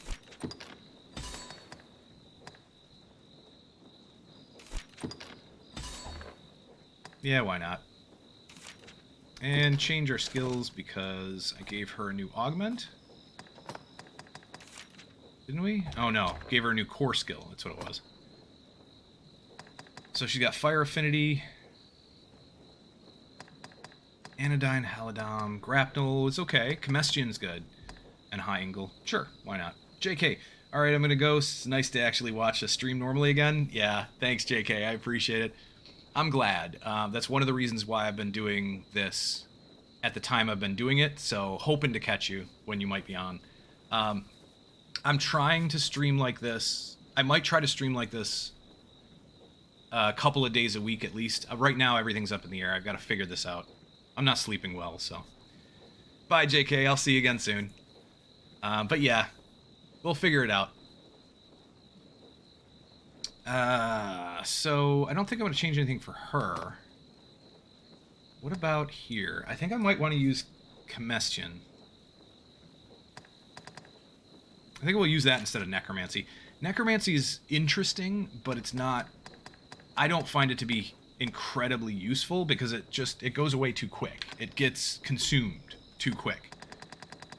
The skulls that you summon to surround you, I think you only get like 3.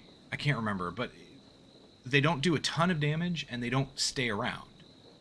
If it stuck around for a specific length of time, that might be more useful.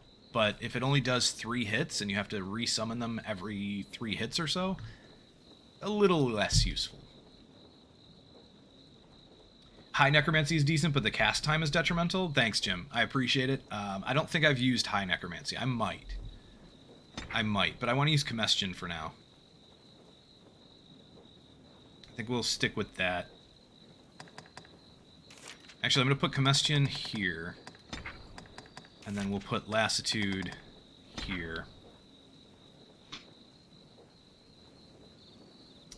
Comestion is incredible, as is Holy Boon and Holy... what is it? Holy Focused Bolt? Or something? I can't remember. HFB? Yeah. What will it be today? Have your pick. If I remember right, that What will it be is today? the combo. One of the big combos that you want to use for, especially for your player sorcerer character.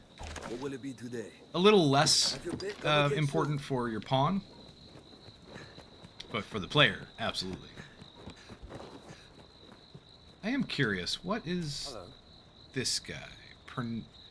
Pernilongo. Okay. Yes, Arisen. What are your stats? No. Yes, Never mind. Never mind. It's worth looking into, but never mind. It is a fine time to take... Alright, let's get out of here. So is that the HFB? Is that the charge? The Corps uses this place to gather new soldiers. When you and hold train them in X or combat. hold square, your light attack, and then charge up, and then let go, and it's like 5... it shoots out 5 magic This missiles, encampment essentially. serves as a fine And the bulwark holy against version of that monsters. is tracking. So that'll track enemies. That is one of my favorite attacks. I know it's pretty simple, but it is one of the best attacks that it's more damaging than a lot of other things that you can do.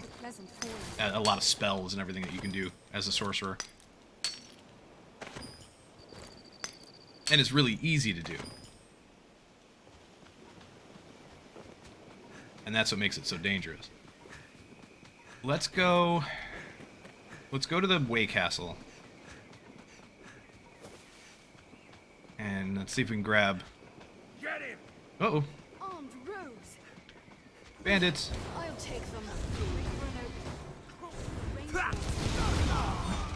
Ooh, there we go. Comestian. Ha ha ha. Yeah, Comestian is pretty awesome. Strike while they conquer.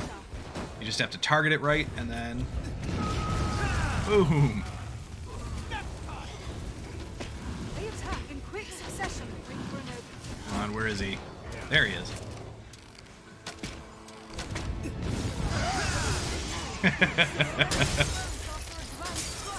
Yeah, Comestian's actually pretty powerful.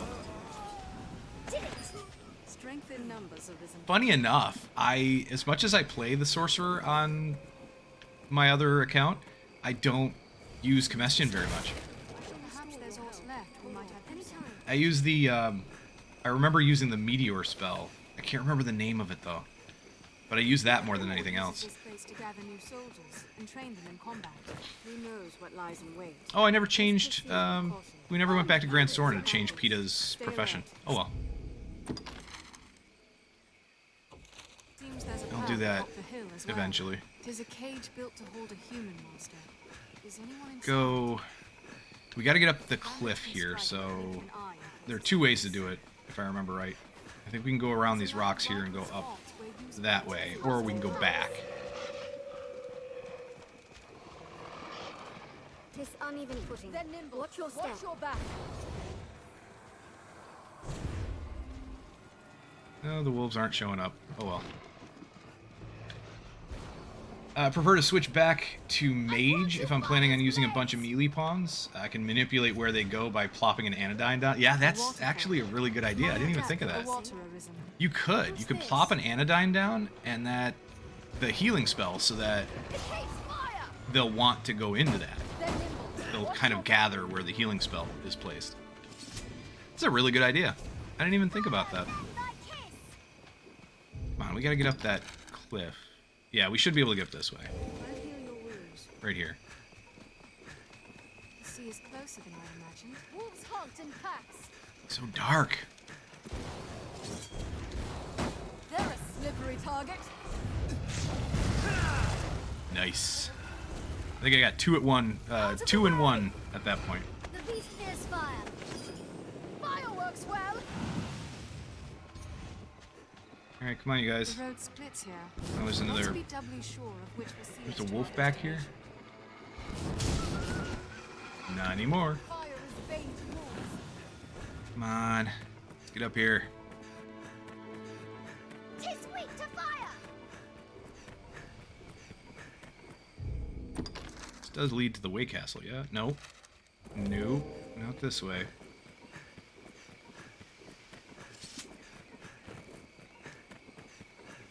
Where is it? So much easier in the daytime. Is that? Yeah, that's the road. Okay. For a mixed party, I prefer Sorcerer. High Miasma is a spell I wish Mage had, though. That's fair. Miasma is actually a very nice spell. Quite the grand structure. A wake house, Where perhaps. is this badge? Should be around here somewhere. I think it's up on the wall there somewhere. Holds like Maybe? this one are crucial in warding the capital from monsters.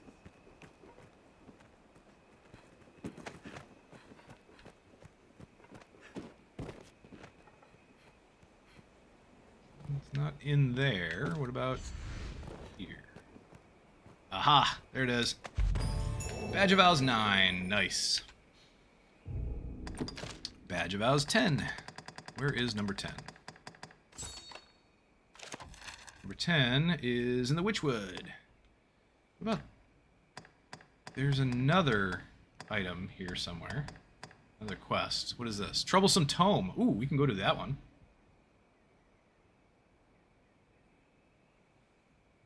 Two different spots for it?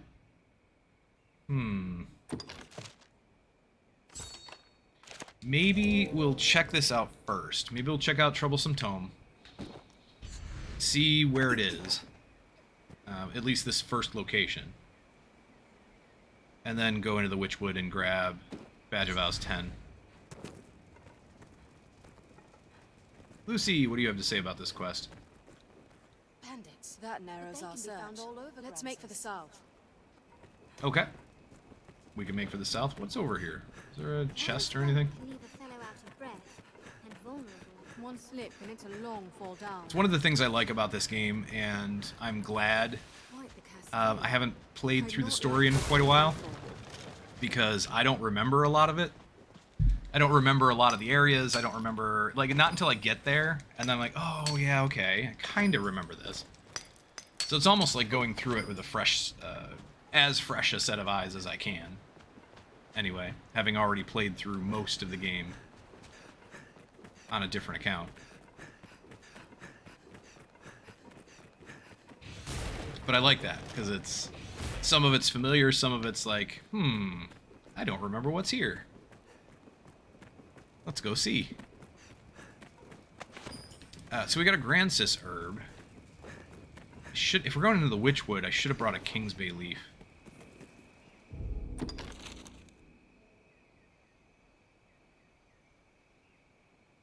How about this? I'm going to go back to Grand Soren real quick. We're going to switch over our pawn's vocation. And then we'll switch over the pawn's vocation to sorcerer, and then go grab, see if there's a Kingsbay leaf in storage. I don't remember if there is. But we can also grab the next Badge of Vows quest down here too. Miasma's secret sauce is they never gave it an attribute, despite the spell stating dark. It deals pure magical. Ooh, that's nice. Pure magic damage, no type. That is helpful, actually. It's very useful.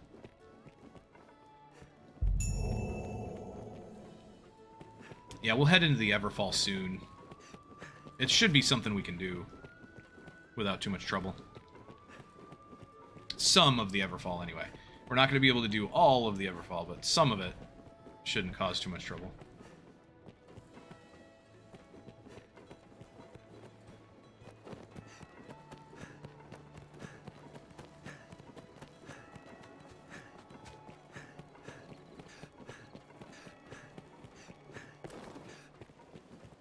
She basically just says she doesn't have the grimoire. We don't deal in the like. We're in honest. Yeah, we're an honest business. We don't deal with stuff like that, so go away. That's basically what she says.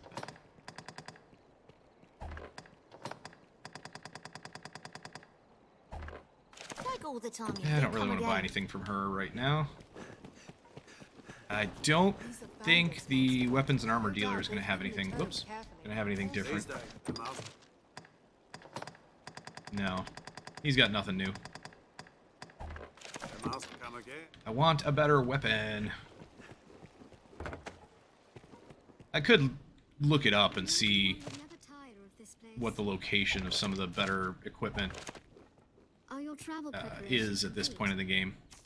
But I don't feel like doing that. We're gonna upgrade the weapon for this character whenever we get the opportunity, whenever we come across another weapon.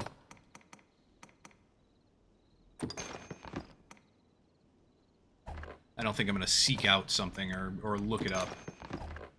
At least not yet. Depends. If we get too far behind, maybe.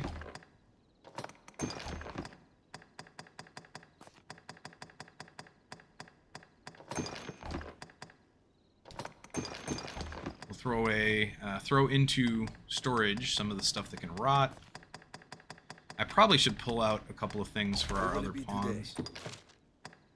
What about a pickaxe for Lucy?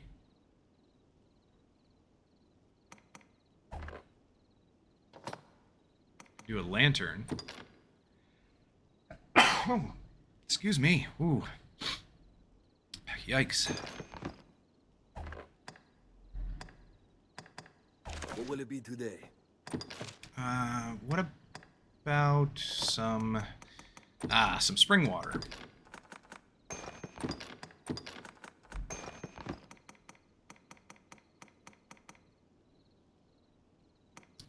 then I'd like some poison cures, some antidotes of some kind. Mithridate, or Mithridate. Yeah, why not?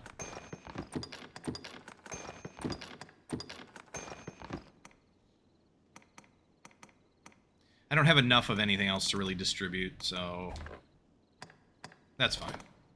What's new? Ah, the auspicious incense. Okay. Not a big deal. What will it be today? Have your pick. Any you like. Change vocation.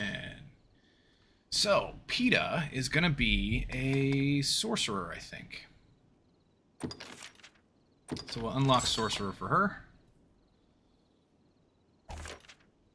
Change equipment. Do we have anything for her?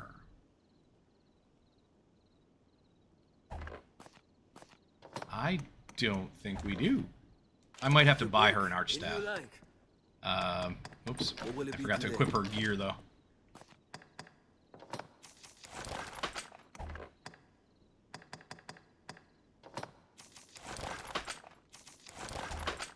What will it be today?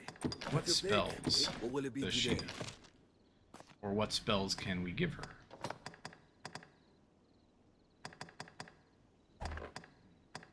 Not much. What will it be today?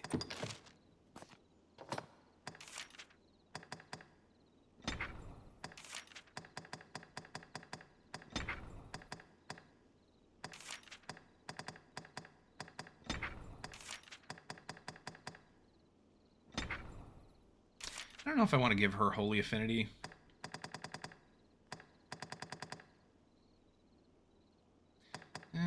Maybe. What will it be today? Have your come again? Yeah, I'll leave it for now then. And we just have to buy her a weapon. Not too big a deal. Masterworks all.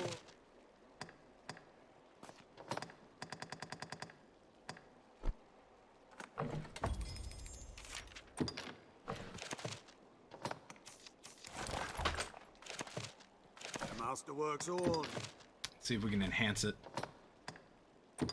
Yeah, just the level 1 enhancement. That's fine.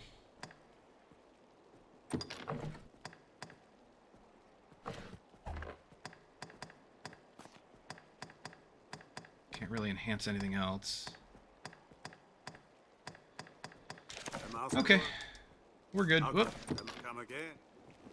Oops. Let's put away the other staff, the mage staff, for her. I forgot to deposit that. Have your pick. What will it be today?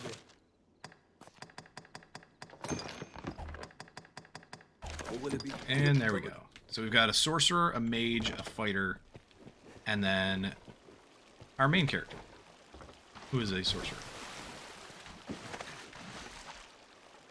Let me check the board here, the notice board on this side. Nope. Alright. Now where to? Now, I think I have to go back to Casardis. That's the fastest way. Oh, that was the other thing I needed to find. Do we have a King's Bay leaf? And a Grancis These herb. last years. Grants. Have your pick. What will it be today? Grancis herb. What are they under? Are they under materials? Yes. Grancis herb, and then King's Bay leaf is... It looks different, if I remember correctly.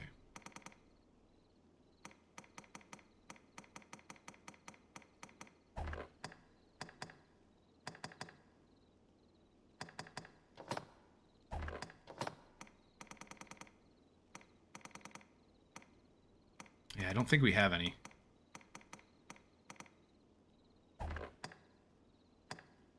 And I can't remember where you get them.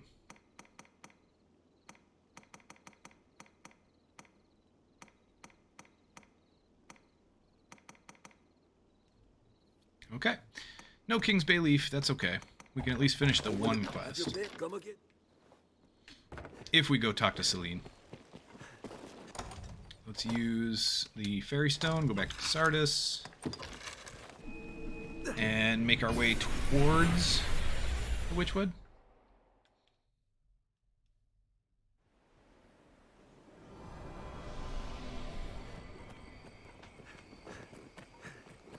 We share these roads with traveling peddlers, guardsmen, and other folk. Careful! A goblin! The ranged ones are mine. The goblin in the helm is their chief! Slay the leader first! We have triumphed. Strength Here we and go. numbers arisen. The roads are safer than the You're black. definitely killing those goblins a little quicker this time. Endeavor to be ever calm. Very nice. Bide your time, then strike. 'Tis safest on the roads. Perhaps we'll find ore among the crags that litter this place.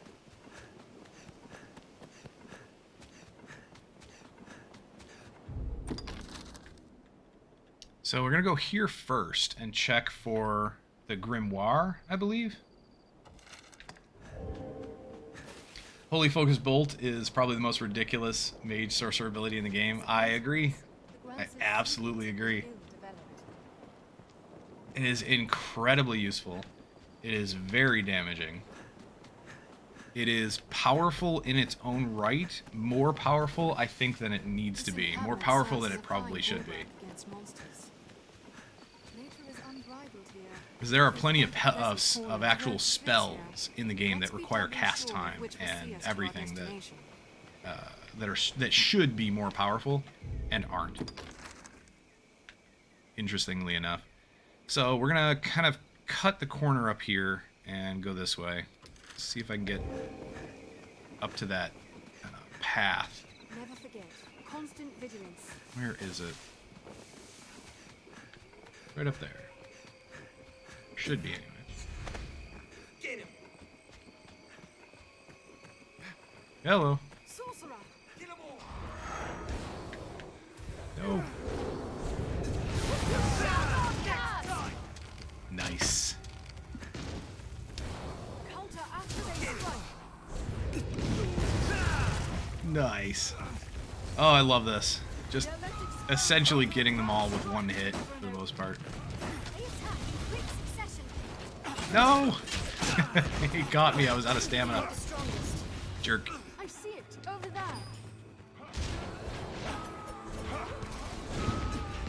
The ranged ones are mine. I think I just blew up his dead body. They're left exposed after a grand strike! Help me!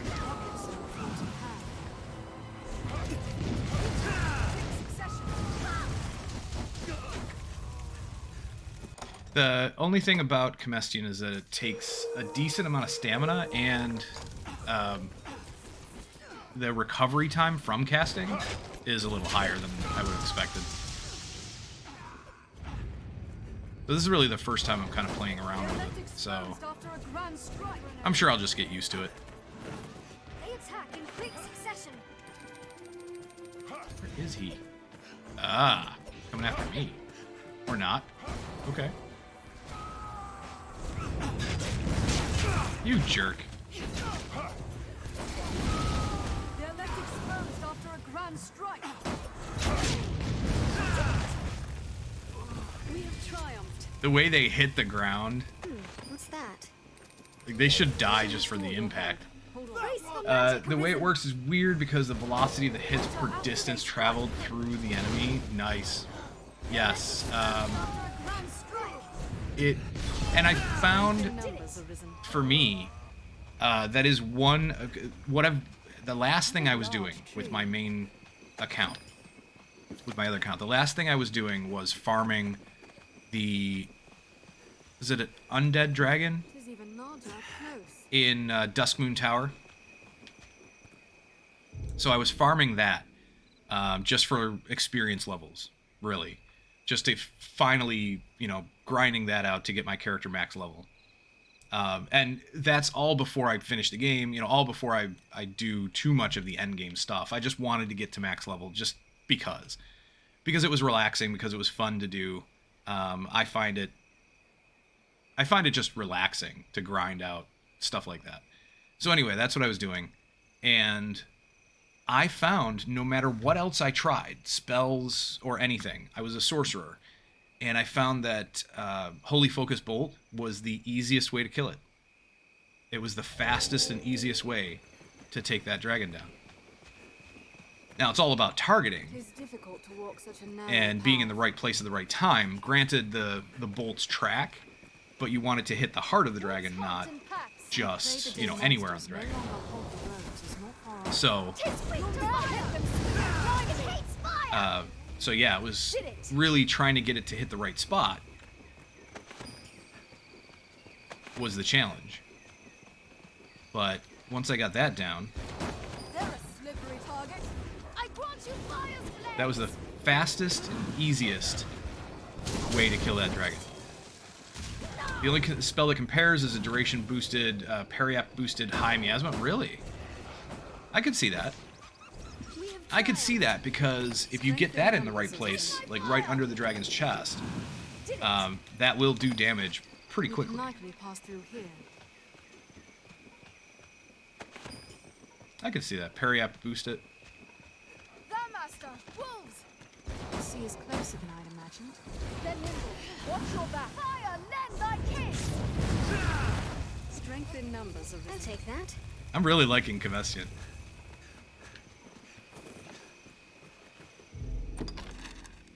Okay, what? Open list.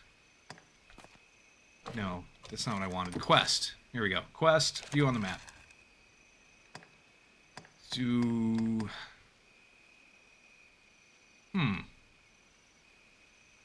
I guess we just have to check this area now. Comestia is good even on a sorcerer. I prefer it over Bolide. Bolide, that was the other one. Thank you. Thank you for reminding me. Bolide. That's the meteor spell, if I remember correctly. Yes? Triumphed. Wolves hunt and pass. That's the one I used most often on the sorcerer. When I cast a spell, any spell, that was what I used most often. in numbers arisen. Did it! But yeah, Comestian is The road's really closer. powerful. Let's be doubly sure. Far more useful than I thought. Let's go back down to the Witchwood now. Because the rest of the Troublesome Tome quest is over here. And I don't want to go there quite yet. Yeah, we're not going to head that way. Not yet. So I'm going to go down here and run over to the Witchwood, I believe.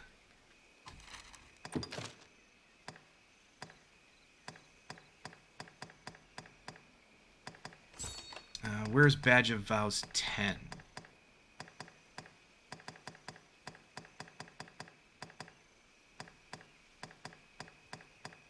Badge of Vows 10, and then a taste to be acquired, because we don't have the King's Bay leaf. We've got Witch's Brew, Grancis Herb.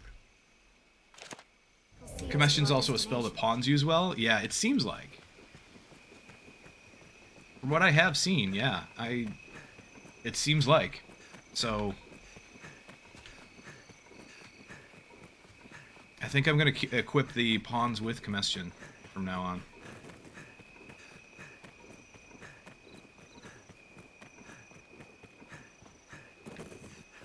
Yeah, placement-wise, it's interesting because they do seem to place it Stay watchful.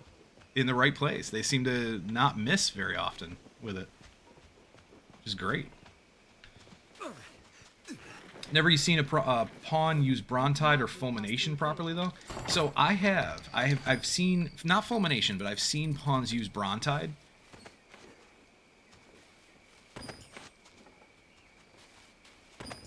Well, that's not true.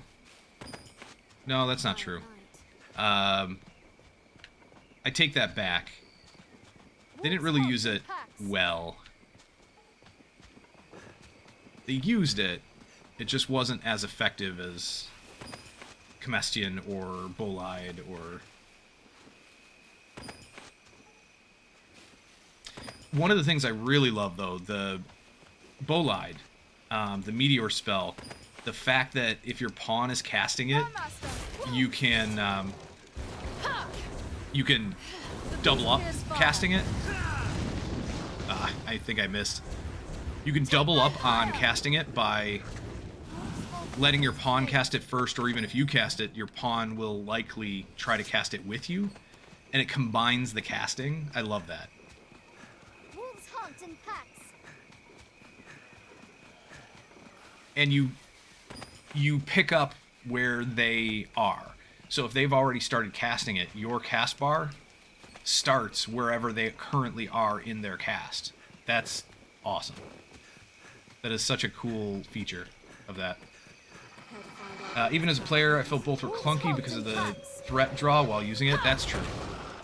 I'm not a huge fan of using it myself, using Brontide or Fulmination myself. Watch your back. If those are the ones I'm thinking of, which I believe they are. Watch their behavior, then take careful aim. Fire, then thy kiss. Nice. I'll grab it. It flees. Get back here. 'Tis not worth the time.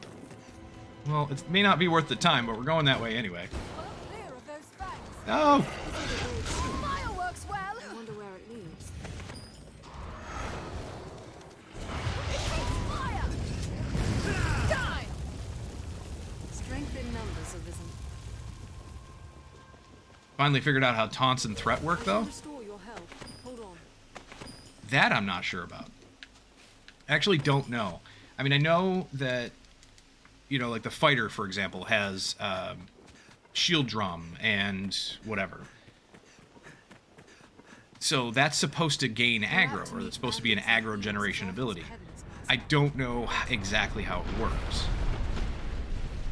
I don't know if there's a threat meter Keep or what. falling rocks as we walk the slopes, Master. Taunt steals aggro. Oh, okay.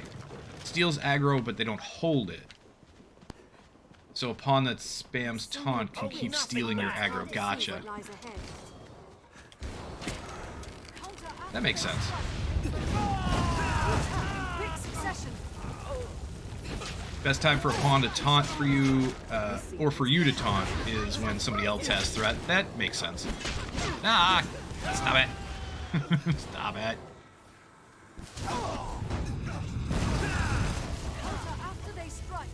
I think he was already dead. They're left exposed after a grand strike. And I missed. That's alright, he still got hit though. That's nice, he ran into it.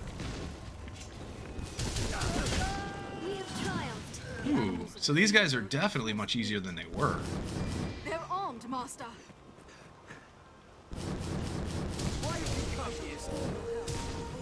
He's not taking much damage though. Oh, never mind. He took a lot of damage there. He wasn't taking much damage from our from the regular staff attack, but he took quite a bit of damage from Combustion. Nice. Foes may fight as fiercely as any monster at best. What's that?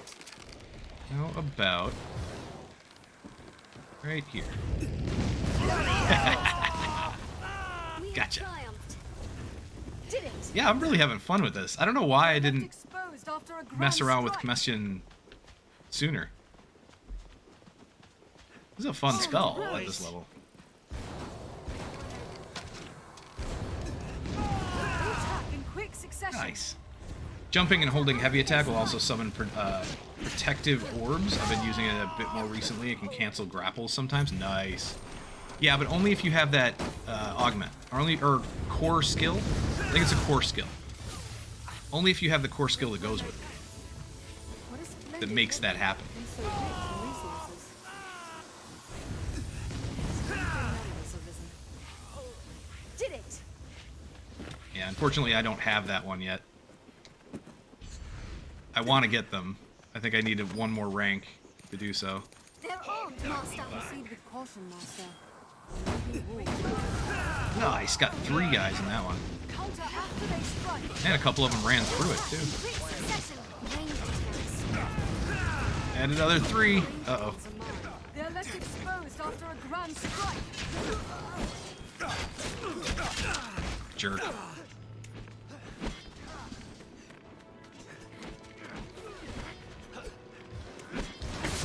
Yeah, I don't remember what it's called either.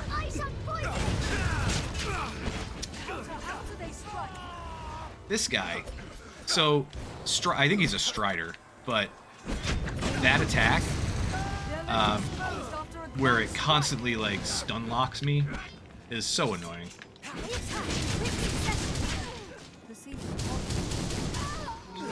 Arya's down. Okay. No need to concern yourself with the likes of this guy. Everyone, Jerk. be healed. Stop it. Anytime. They're left exposed after Stop a it. grand strike. Oh, I missed. No. Thankfully, all these bandits, goblins, and saurians are the best way to farm discipline besides Grand Sword and Guard. So the Grand Sword and Guard are really nice. That I might show that off at some point when I get there, but they ran away. It's an interesting and cheesy way to do it, which is fine.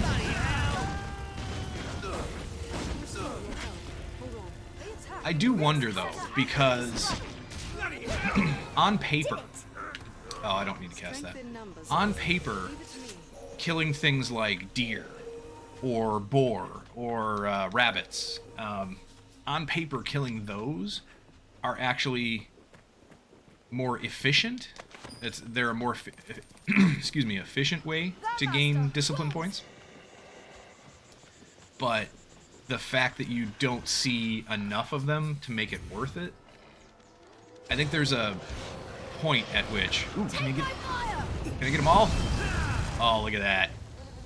Nice. Very nice. That item is mine. That was what? 1, 2, 3, 4, 5, 6? 6 wolves at once. Awesome. Anyway, yeah, because the lower level the creature, the higher percentage of discipline points it gives compared to experience. So if all you want are discipline points, and you don't want experience, you don't want to rank up, or you don't want to level up, but you want to rank up, then fight the lowest level stuff you can. However, for time-wise, efficiency-wise, yeah, I don't know. Because I think it would be difficult to find enough rabbits to kill to really make up the difference. Watch their behavior. Fire! The section of the map just has a more dense enemy grouping than wild animals. Very true, yeah. Yeah, and if I remember this part of the map, there are more than a few spots with bandits. There are What's that? more than a few spots with goblins. I think, if I remember right, there's a spot where is it a Cyclops can spawn? A couple of Cyclops can spawn. Sit up, Kapow? Oh, man, I called you by your brother's name. That's not good. Sit up, Kapow. Yeah, Cyclops is near the lake encampment. Yeah, okay. I remember that one then. Yeah, especially the Goblin Woods to the north. That's fair. And there's, if I remember right, there's a dragon around here too. Not around here, but in this section of the map anyway. To the north a bit, like it's over... Oof, I don't remember exactly how far over, but it's like this way and then up here somewhere. Something like that. The Drake is near the encampment as well, yeah. The wood grows thicker.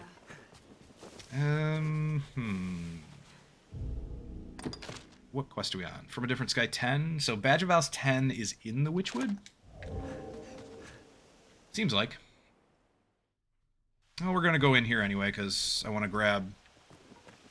I want to go to Celine and finish the Grancis herb quest. We still need more bunnies. Shrouded in this thick mist. I'll take that.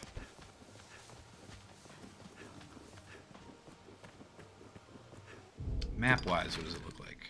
So we are all grayed out here. Need to do a fresh run without immediately doing BB. Yeah, that's mostly what I was trying here. Was a fresh run without doing any Bitter Black Isle. The only thing I wanted from Bitter Black Isle, really, was the Ring of Perseverance. Just for kind of a quality of life thing. Just so I don't have to worry too much about farming. I'll take that.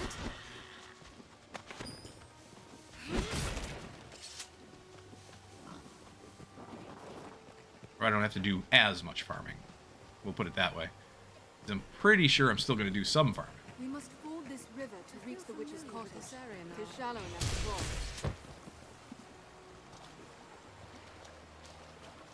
What's that? I don't remember where all of the charms are here, but we have to destroy these. And that will open up the map a bit. Nice. Okay, I think we're just going to follow the road here. Hey, Josh. How's it going? How you doing, Josh? I hope you're having a great day. Or at least a day. You can't have a great day, at least have a day. Let them grab some fish. Because they may or may not run into some giant fish. We can get some giant fish, that'd be great. There's a quest for, I forget how many giant fish, but that took me a while. I remember I had to farm for that one. I don't know, feeling a bit down right now, but started playing War of the Chosen again, and that's been fun. Awesome. Well, it's not awesome that you're feeling down, so I want to say that first. But you know, that sucks. I hope you start feeling better ASAP. But it is awesome that you're playing War of the Chosen. Very cool. Been researching tips and guides for XCOM 2 and Phoenix Point. Nice. It's a good idea, especially for something like Phoenix Point. Like, XCOM 2, wonderful for, you know, look up some guides for that, great. Phoenix Point, I think it's even more important. You know what I mean? Just because it's a little more complex overall. Absolutely. I am not against anybody who wants to play it blind. But, you know, it's going to be a challenge. That's for sure. Yeah, you had a lot of fun with it? I'm glad. I'm really glad to hear that.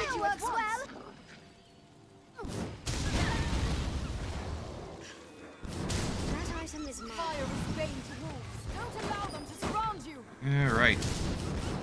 Wolves down, I think. I want you fire's blaze.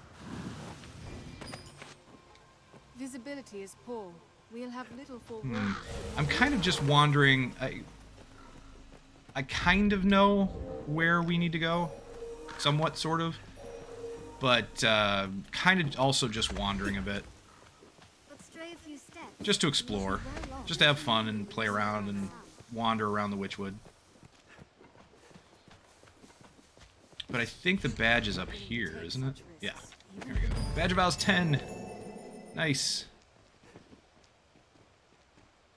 Let's select the... Oh, where is it? The Witch's Brew quest? Yeah. We're gonna go visit the witch. Keep your eyes sharp.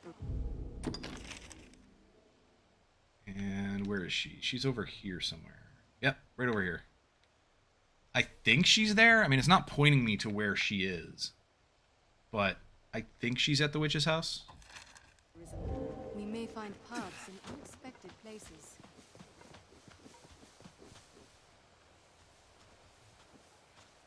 I also want to find some of the, some more of What's the this? talismans that we have to destroy. To open up the map. This place has many names, but Just the because. Witchwood is that most oft heard. Just because they're fun to find and interesting to open up more of the map. I have a friend who played Bloodborne BL4, no leveling up, and beat it this morning. Had been on it for 9 months. Holy cow. 9 months. I can imagine. I mean, a Blood level 4 playthrough of Bloodborne is definitely a challenge. Ooh, here we go. There's one of the charms, or talismans, or whatever. Yes, got it. Yeah, literally every day, streak for 570 days. Wow, that's impressive. That is super impressive.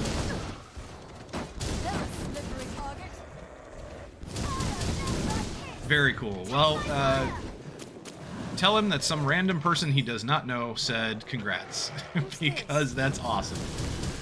That is a really cool accomplishment. Did it! I'll heal all our wounded. Oh, she? Nice. Okay, so tell her, forgive me, not him, tell her that some random person she doesn't know said congratulations. That is fantastic. That is an awesome achievement. Oh, these spiders are annoying. I've learned a new way to fight their ilk. Did it! Okay, cool. I'm gonna put the lantern on. No, not put away. Anytime. It was out of oil. I had it equipped, it was just out of oil. So we'll equip it and refill it.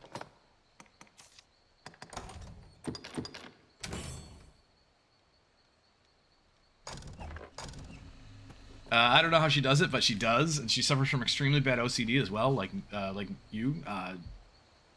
Yeah, I mean that is amazing. That is so cool. I would love to do something like that. I don't know if I will. I want to though. What do you?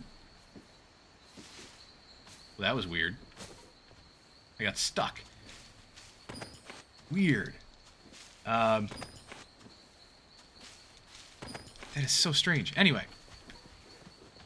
Yeah, I would love to do a no leveling playthrough of like Bloodborne and Dark Souls and some of my favorite games like that, but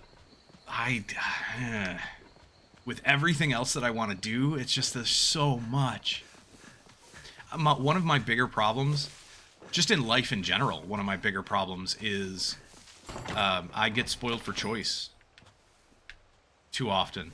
I get paralyzed by if I have a large selection of things to choose from, like games to play or something, I almost get paralyzed because I can't decide what I want to do more. I can't figure out, a priority list. It's a very difficult thing for me. Always has been. Because there's just so much that I want to do, and in any given moment, I'll be in the mood for one thing or another, but most of the time, it's not even Would not surprise me to learn a enough of a mood for something that it overpowers everything else. It's like I want to do all of these things equally, almost. And then I just get paralyzed because I can't decide. So, you may or may not see that. It may or may not be apparent on stream from time to time that I get paralyzed by choice. But yeah, that's a thing for me. I was thinking you got VIPs? Yeah.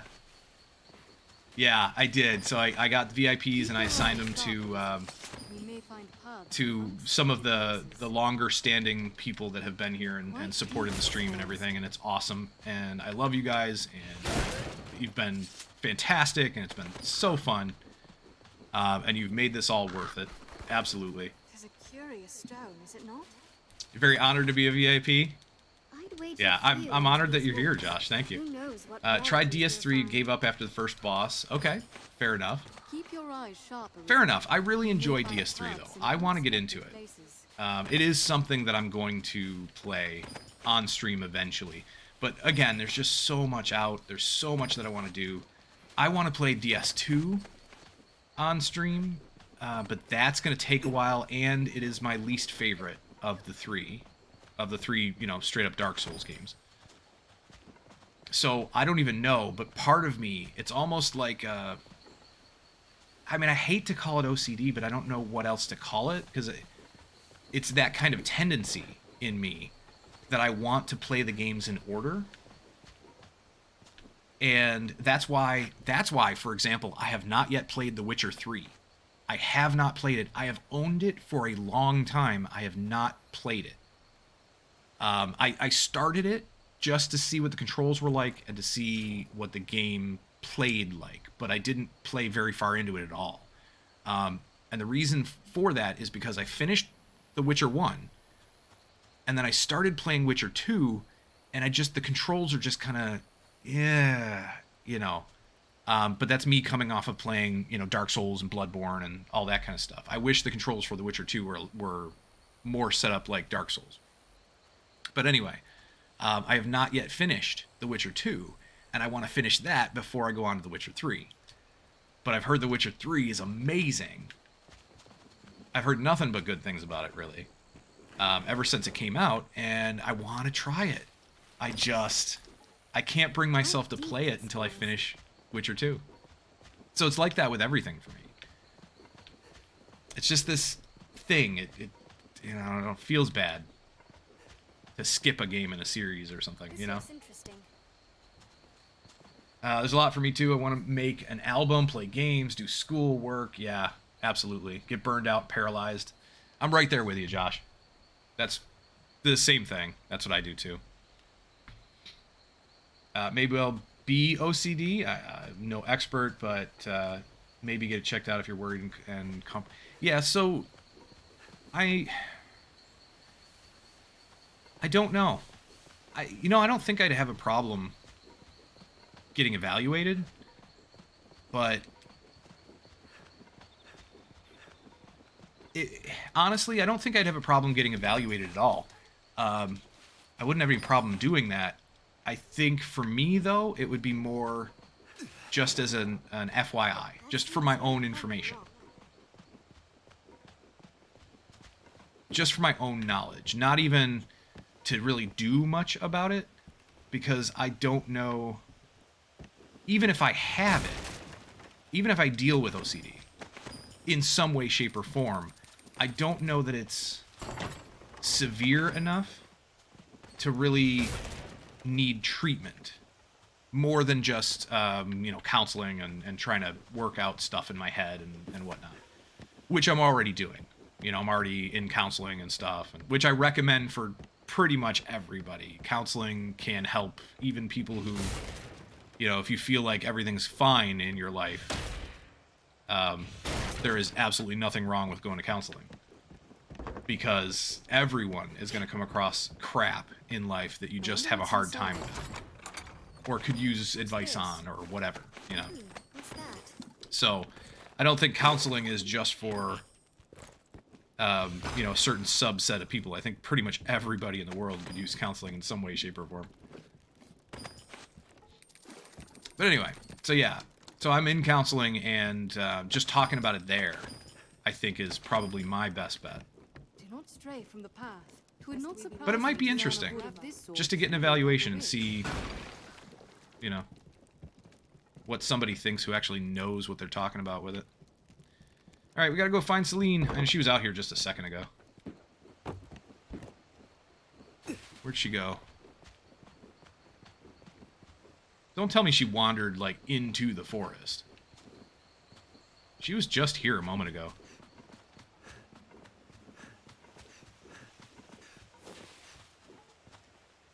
There's a curious stone, is it not? I probably should have chased after her as soon as I saw her. I saw the quest marker. What's that? Wait, is it... Does she move because of the change of time? Like, the day changed? The time changed? Did she move because of that? Uh-oh, she might have. And if... I might be wrong about this, but if she did what I think she did, she went back there, and we can't go there yet. We have to get this guy out of the way first. This is a golem. I don't know if you can see it, but he's got hands, kind of, claws at least. He's kind of crouched down. These are his arms. This is his head. These are his legs back here. Yeah, this is it doesn't look like it, but it's a golem. Kind of looks just like a rock, mostly. and he's blocking the path to an important storyline area back there. I wonder if that's where she went, because the time of day changed. Maybe. Well, if that's the case, then crap. We might have to go back to Casardis and, like, sleep What's that? first to bring her back. Otherwise, just sit here and wait, but I'm not going to wait that long. Yeah, exactly. I'd rather get diagnosed with something so I can learn more about myself. Fair enough. Absolutely. I've thought I've been on the spectrum for a while now because I've always been just so different, have a lot of like symptoms and not really able to get proper diagnosis because I'm an adult. Yeah, I'm kind of with you there too. And I don't want to self-diagnose. So there's nothing wrong with self-diagnosis. As far as, because I've looked into this a lot, Josh. As far as the spectrum goes, there is absolutely nothing wrong with self-diagnosis. I have been worried about that for a while for myself. Didn't want to self-diagnose or anything, but you can do that, and as long as you have done your due diligence and looked into it, if you feel that you might be on the spectrum, there's nothing wrong with identifying that way. It's essentially self-identification. I wouldn't even call it self-diagnosis. I'd call it self-identify. I self-identify as on the spectrum. And that's okay. People on the spectrum, from everything that I've read, everyone that I've talked to, and I've actually talked to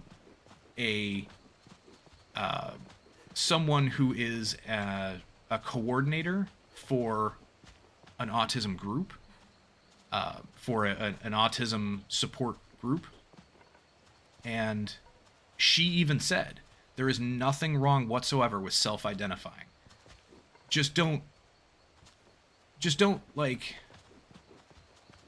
take it that way. Take it that you are self-identifying and that you might be you don't know everything, right?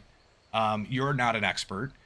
I'm not an expert. You know, if you self-identify, you just have to recognize that you're not an expert, but you've identified enough stuff about yourself that relates to the topic, that relates to, you know, being on the spectrum, that it seems like that's a good fit. And that's okay.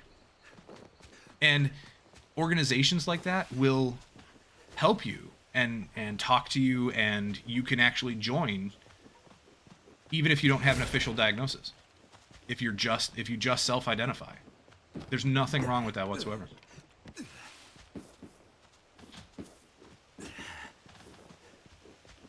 You see golems everywhere? You kind of do. I mean, there's one right here. There are a lot of golems in this game. There's one blocking that entrance. There's also one up here in the garden. But not just here. Yeah, you do see golems everywhere. Really, my therapist says the same thing about autism with the research and all. Maybe I should. Yeah, absolutely. Why not? Why not? I've looked into it quite a bit. And I will flat out say I self-identify as on the spectrum to some degree. In some way, shape, or form, somewhere, I think I fit on the spectrum as well.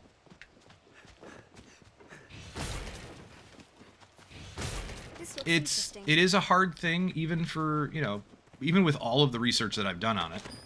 It is a hard thing to say. It's a hard thing to want to claim, because same thing with going... Same thing with a lot of the stuff that I've been through. I don't want to diminish the experience of others by claiming that I am part of that group. Lest we be lost in this world forever. I don't want to take away from anyone who is legitimately part of that group. That's the way it feels for me, right? That's the way it's always felt for me. But at the same time, with everything that I've looked into, there is nothing wrong with self-identification. And even the people who have been diagnosed have no problem with it. They are just as welcoming,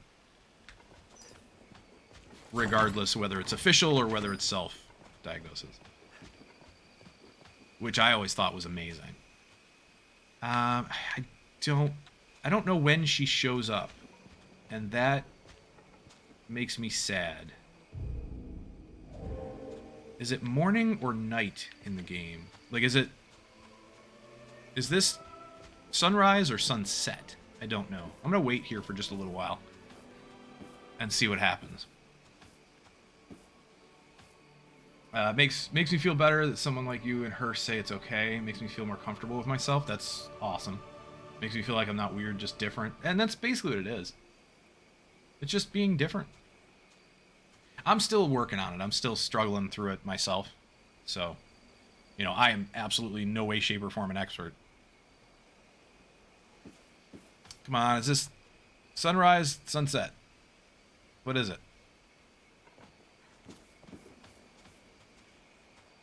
Ooh, sunrise, I think. Maybe. Seems to be getting brighter, so I think this might be sunrise. I wonder if we have to come back at night. And she's there at night. Just don't want people to think I'm looking for attention or something. Oh, yeah, I know exactly what you're talking about there. Hell, my old psychiatrist laughed at me when I said I thought I was on the spectrum. Same with my parents, which made me feel horrible. So I've had that experience, too. And believe it or not... Ooh. Wait, stars are coming out? This might be sunset, then? I don't know. I am thoroughly confused. This might be sunset. I've had the exact same kind of experience. And it sucks. It's horrible. The funny part or odd part about it that you might not think of is that the vast majority of people that I've spoken to or heard stories from, that even if they were diagnosed, still got that. They still got that kind of thing, that kind of treatment. Either from professionals like a psychologist, psychiatrist, or from family members. They still got that treatment. And what's worse is a lot of them still got that treatment even after they got an official diagnosis. And that's horrible. Like, so you can't even say that it was just them self-identifying. And that's why people are skeptical, right? People are skeptical because they don't see it. People are skeptical and they'll say those kinds of things because when they look at you, they don't see it. But not all conditions, not all personality traits, not all quirks are visible. You're not going to see it. You have no idea what's going on in somebody else's head. Yeah, so it's nighttime. So I'm wondering if she's there during the day only or during the night. I honestly don't know. But that's why people say those kinds of things. Why they don't believe you. Why? I mean, it doesn't make it feel any better. I'll take that. Not really. But at least it'll help to understand why it happens. How thick this forest? It's simply because when they look at you, visually look at you, they don't see. It works, you know, for anything, for disabilities, for, you know, whatever, personality quirks. They don't see it, they can't recognize it. If they don't see it, it's hard to believe. It is a place rich in valuable resources. People just tend to believe what they can see, feel, you know, hear, experience themselves. Here she is. Some need. Gran spoke of this. Said not to speak with you, with people from beyond the wood. Well, yeah, you can not speak with me if you want, but I'm gonna give you a Grand Sister because Herbs? you need to make me some tea For brewing ale. or ale. Very well. I have a quest. you are You welcome have to talk to me. I have a quest. Okay, so we got that quest done. Yeah, parents were skeptical. Was it tested when I was younger? It's still, but I still feel like I'm on it. It's just weird. I guess they don't want to admit they have something different about me and are scared of it. Yeah, quite possibly. Especially because I have horrible eye disorder and a lot of mental illness on top of that. Hell, even me, I feel like I'm just a broken human being. So everybody feels like they're broken at times, even if. Oh yeah, I forgot the bronze idols here too. Even if everything seems normal on the outside, a lot of people will feel that way. Well, Others there will rarely be come. times where they feel broken. When they do, So that is not... I have to frighten convince me. myself of that, too. I have to remind myself of that. So, even if somebody looks like they have the ideal life, trust me, they are broken in some way, shape, or form. We are all broken. Sorry you went through the same thing too, dude? No one deserves... You're right. Nobody deserves it, Josh. But as Josh, from meeting you and everything, as far as I am concerned, you are cool. I appreciate you being here. I love to watch your streams, and I love talking. So, thank you. So there's that. If nothing else, there's that. Good to lurk now. I'm very tired. All right, I hope you can get some rest. I hope you can get some rest and have a great rest of the day. I'm probably not going to be streaming too much longer because I'm getting tired myself, and I got to get up and stretch and work out and grab something to eat and all that stuff, yada yada. So I probably won't be on too much longer myself, but yeah, thanks for being here. Very cool. You're a cool dude. You know, you're one of my favorite streamers. Thank you. I appreciate it. And a good friend, yeah. Glad we met. Yeah, I agree. Through a wonderful game called XCOM. It's one of my favorite games of all time, and it will always be. It'll always be up there for me. I hid away. So I'm gonna turn in a Southron oregano, even though I don't think we have a quest for it. Just want to see what it makes. I forget. Herbs? And I think we have a few. Very well. Okay, so what did we get? We got... let's see, Herb Ale. That was from the Grancis Herb, I believe. And then Select Herb Ale. So this is... affects group more health. Not bad. This one is restores more stamina and inflicts sleep. That's interesting. So this affects the group. Our group. So all of our pawns and ourself. But... it restores stamina, but it inflicts sleep? Why would I want to use that? It's a combinable material, so I guess we just combine it with something else to make something more useful. Fine by me. What else did we get? The Bronze Idol gives a shop discount. So if you keep this in your inventory, it is heavy. It's 1.5 weight, which is pretty heavy. But if you keep it in your inventory, you get a shop discount for when you're buying items. It's very cool. There's a bronze idol, a silver idol, and a gold idol, if I remember correctly. Direwolf bow, don't need it. Thunderclap, this is for mages, I think. Pretty sure that's a staff for a mage. And I think, yeah, it's enchanted with thunder. So it's got a default persistent thunder enchant. Mage shoes. I don't know if we're going to use the mage shoes. Maybe. It does increase magic by 3. Yeah, why not? Why not? The gaiters, or the blue long kilt is better defensively.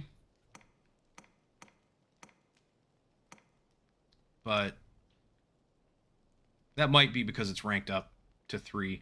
So we'll see. We'll see what the mage shoes... if we rank those up, we'll see what happens with those. But it's plus 3 magic, so why not?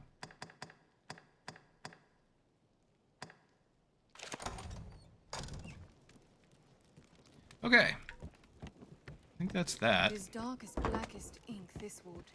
All we can do here, I believe. What's next? I already did the Grancis herb, didn't I? I swear I did. What? We have to do it again?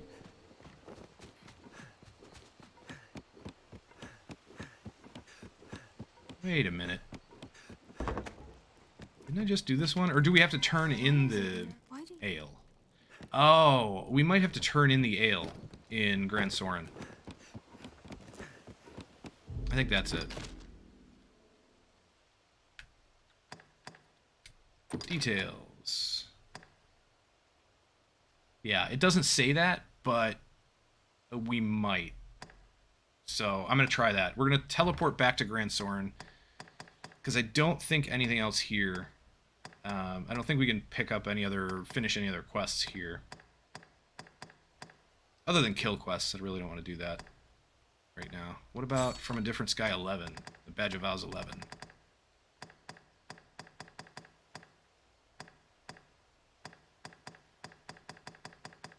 Where is that one?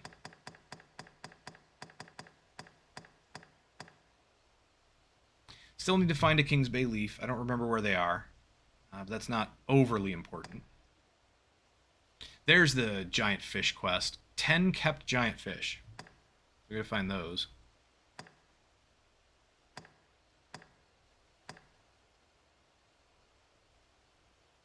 And then the Thieves' Den. I think I might wait to do that one. We'll see. We'll probably work on some of the Badge of Vows quests first, and then go to the Everfall and do that.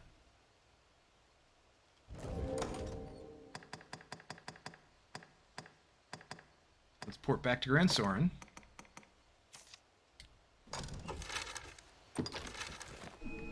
Okay.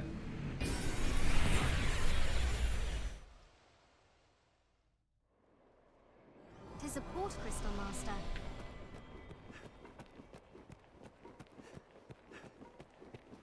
This is a place quite restful to my kind. Should be able to pick up one more Badge of Vows You quest. can summon pawns as necessity demands here at the Pawn Guild. Yes, 16. I always pick those up, or I would always recommend. I can't say I always pick them up. It's not like I've played through this game multiple times. I would recommend, and what I've been trying to do on this playthrough and the other character, is pick those Badge of Vows quests up as often as you can. So you can keep, I think, 6 in your quest inventory, in your quest log. I think there are 6 at any one given time. This must be an alehouse. So I always try to keep the maximum amount on us, because one of the reasons being that some of those Badge of Vows can be found during certain quests. So you might as well, right? Might as well do it at the same time. Alright, so this, I think, is turning in the ale, yes? Truly, man is a marvel. Even in these dire times, desires abound. Where desperation might take hold, dreams instead arise. As long as man yet dreams, this world will manage well enough. Mark my word. That makes folk in the trade of making dreams turn true the saviors of the world, eh? Really? You're just kind of blowing smoke now. 'Tis work well worth doing. Yeah, so we turn in the herb ale. Completed the Here you request, go. have you? Wonderful, wonderful. Here, friend, the wages for your rep. Alright. 10,000 gold, 5,000 experience. Peeta leveled up. And that opened up a new quest here. Acquire the Tribute Ledger. Okay. I don't remember what the Tribute Ledger was. I don't want to talk. He's really long-winded. I don't want to talk to him again.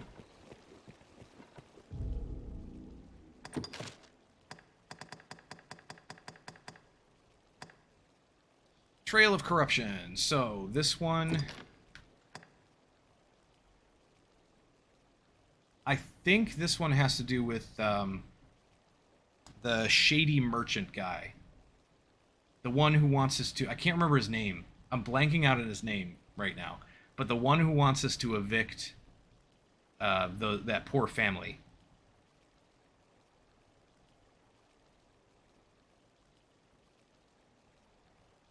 There's an order and a way in which to do this. Mornival, that's his name. Mornival.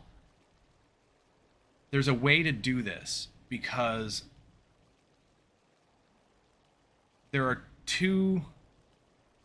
Eventually, there are quests that kind of come together to affect Mornival's story.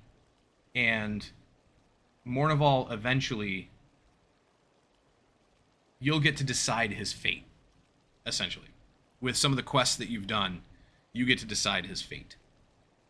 And I can't remember what you have to do to make his fate go either way offhand.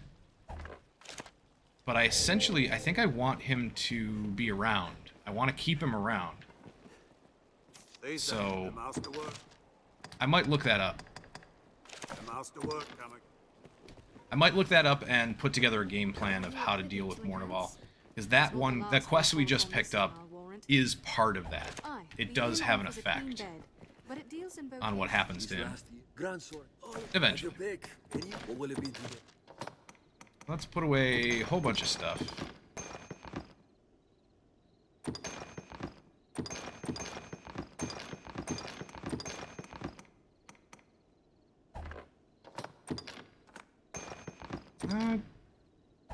Yeah, I'll keep some interventives on us. Curing Torpor is really nice. Curing Silence would be really nice.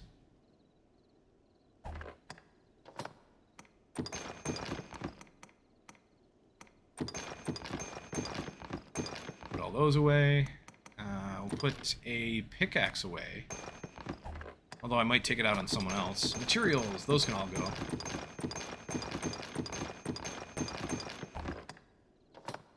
Badge of Vows can go, and all the rest of this can go. Bronze Idol. I don't think I'm going to buy anything at the moment, so I'm going to put that away.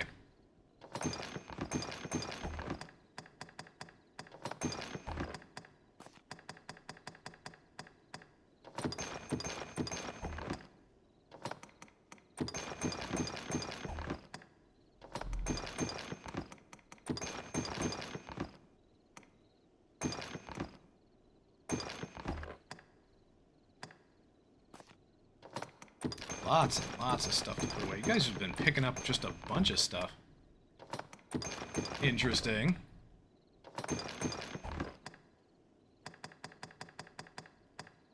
Okay. Cool.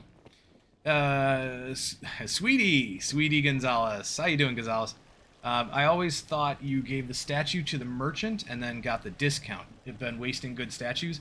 So, yes, you are not wrong. You are not wrong. You do give the statue to the merchant, but you can give a statue.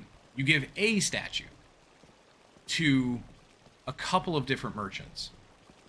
I think you can give one to Mercedes, if I remember correctly, and I think you can give one to this guy. I can't remember if there are any other merchants that you can actually give one to, but I think you can give one to either of. You can give one to each of them. But there's only one golden idol. There's only one silver, I think. I don't know if there are multiple bronze. Can't remember if there are multiple silver, but there is only one gold. And whoever you give the golden idol to technically gets the best gear that they sell. Their inventory, they get the best inventory to sell to you. But it all depends on what you want. It all depends on what kind of character you have, what kind of class or vocation that you want to focus on. However, they also are used for, if you keep them in your inventory, you get a discount. And if you keep the golden one in your inventory, I think the discount is better than the silver, and then the silver is better than the bronze. I think that's how it works. But you can also forge them.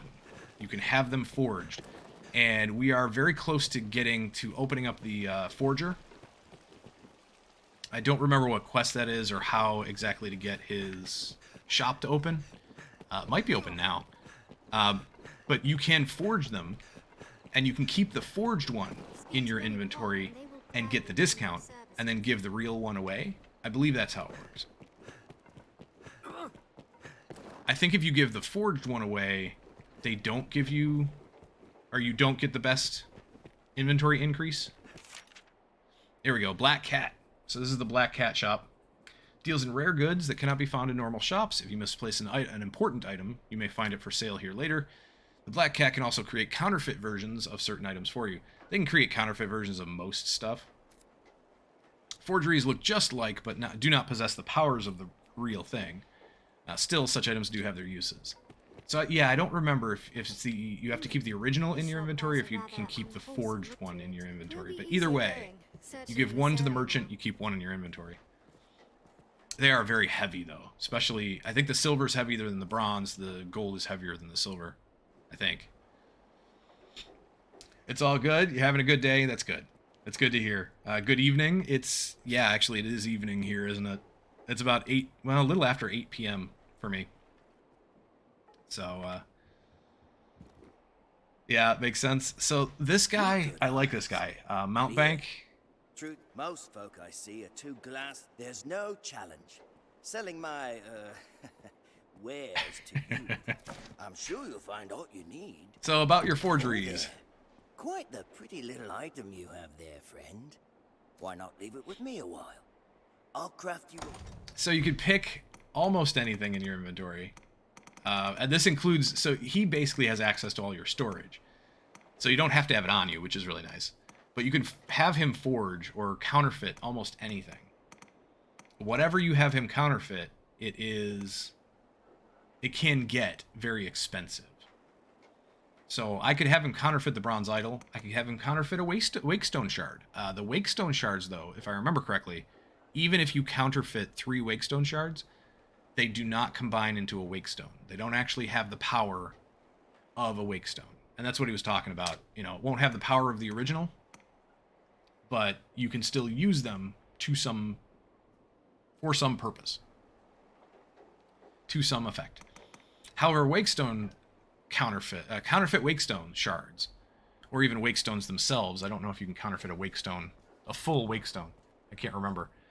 But I don't know what use they have.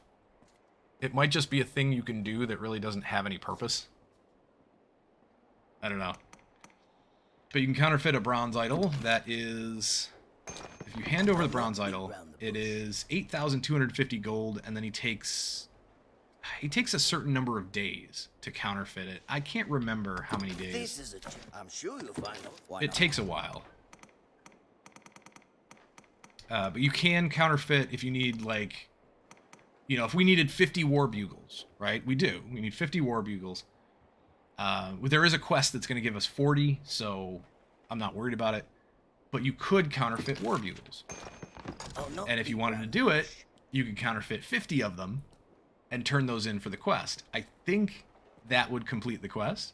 I'm pretty sure that's acceptable. Some items are pretty much exactly just like the original. Some items are not. Some items will be labeled as a forgery or counterfeit. I don't think war bugles will. But wakestone shards, for example, they actually get labeled as counterfeit, and they go to a separate spot in your inventory, which is interesting. But to counterfeit 50 war bugles, yeah, no, we're not doing that. I'm not laughing. I'm sure you'll find out. Let's see what he has to purchase. So we could buy fairy stones. We don't need it because we have the eternal fairy stone. Fiend luring incense is... Yeah, this will allow you to fight some of the rarer creatures. I say that loosely. In Bitter Black Isle,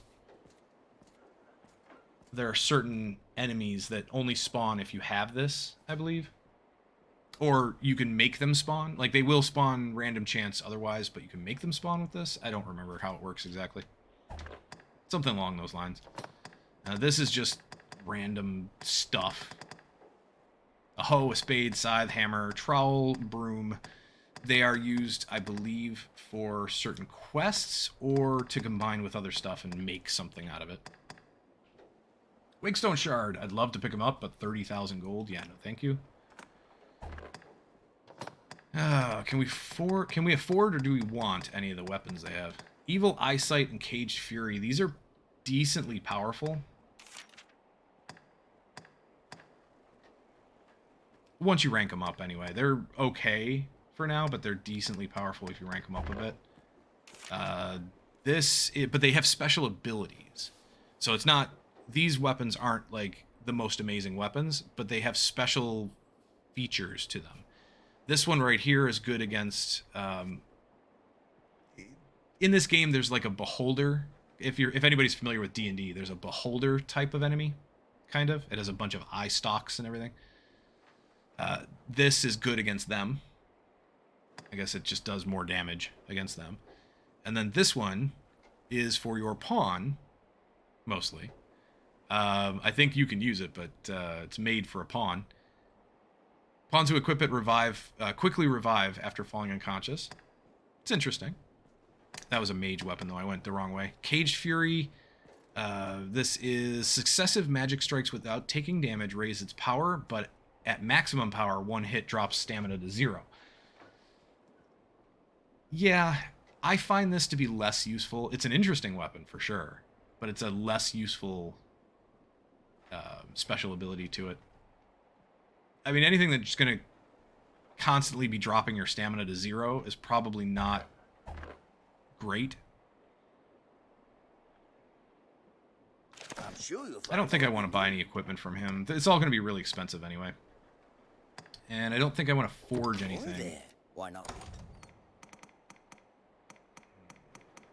Maybe, maybe not. The only thing about this forgery, counterfeiting process that I wish was different is I wish they had a better way to organize the inventory here. I wish you could select a category or something and narrow down your choices, because this basically is a list of every single thing you have in storage and I think on you as well. I think. But definitely everything in storage. It just lists everything. Yeah, everything that you have on you too, because we have the Eternal Fairy Stone in our own inventory, in Gorik's inventory. So I wish there was a way to organize this. You can even counterfeit consumables. Like I could have him counterfeit spring water and it would work just like spring water. It's the same. In fact, it would just increase this to 214 instead of 213. It's one of the items that does not get separated. But you can always, if you need, for example, if I needed, let's just say I needed, I don't know, 5 Jewels of Silence to upgrade a weapon. And I only had 4. I could come here and have him counterfeit one, and that should work. It should allow me to upgrade the weapon with the 4 regular ones and plus the counterfeit. Kind of a neat system. Kind of a cool system in this game. You can even have him counterfeit meat and, herbs and stuff. I don't know how he does it. Some kind of magic. But, yeah.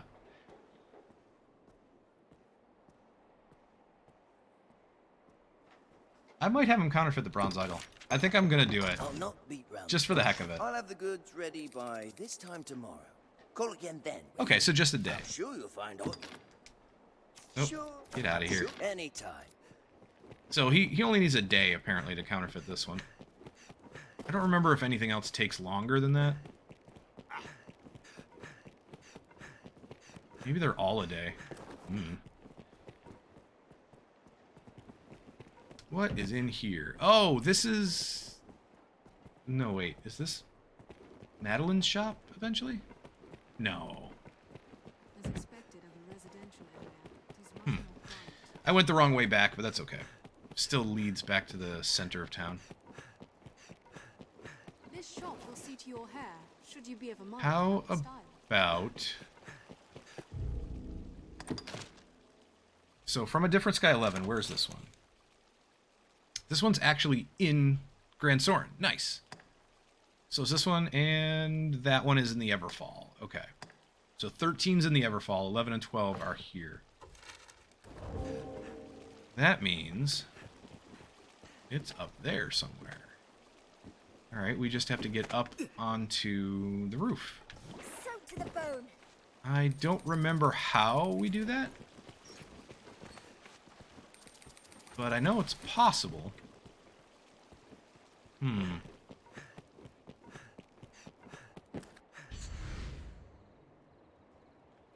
humans certainly do make Let a me lot of see. expressions. This way leads on to the If I encampment. can figure out how to get up there.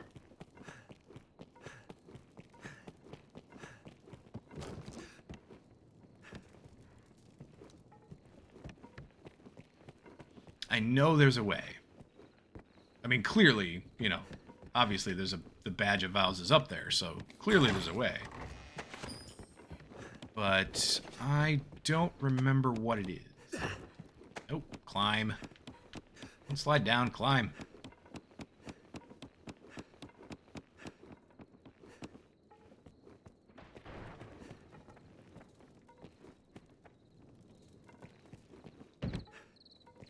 No trespassing, okay.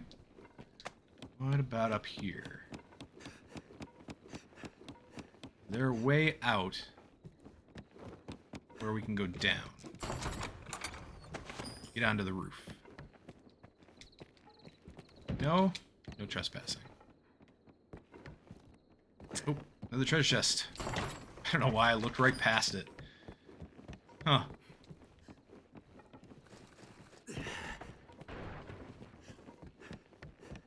Okay, then.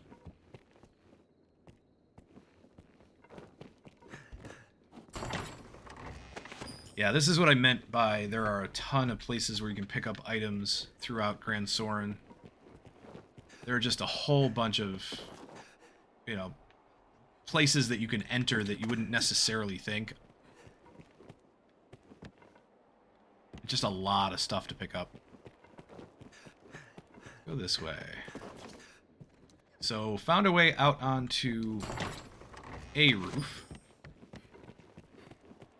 From here, can we get to where I need to go? I think so. Yeah, I think we can go from here across.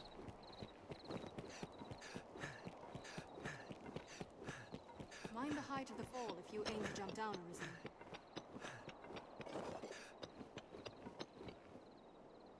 Where is it?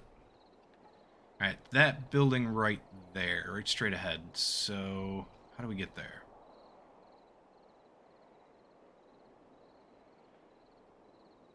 That way, maybe? Maybe.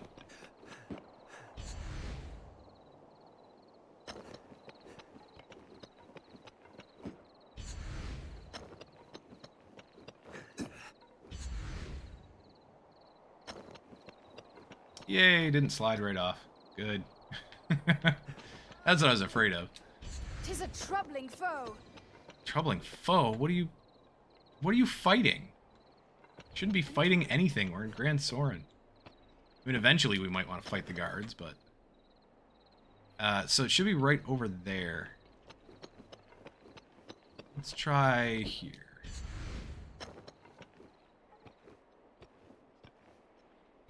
Where is it? There it is. Aha! Badge of Vows 11. Nice. And level up to 25. So let's go with 12. I know 12 is around here too. There it is. So it is this way.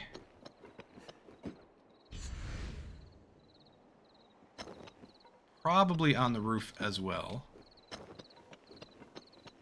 Somewhere. Or maybe not.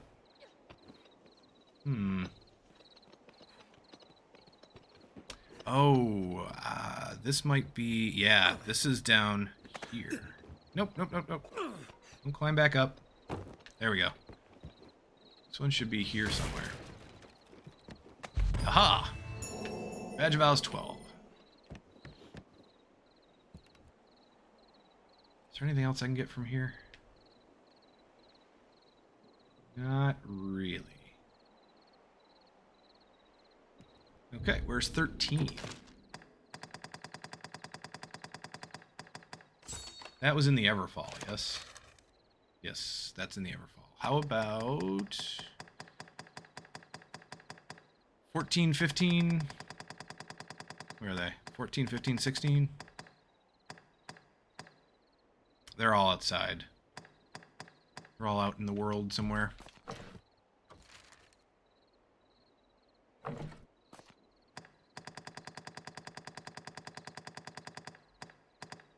$14, 15, 16. Okay. They're not too far from Grand Soren.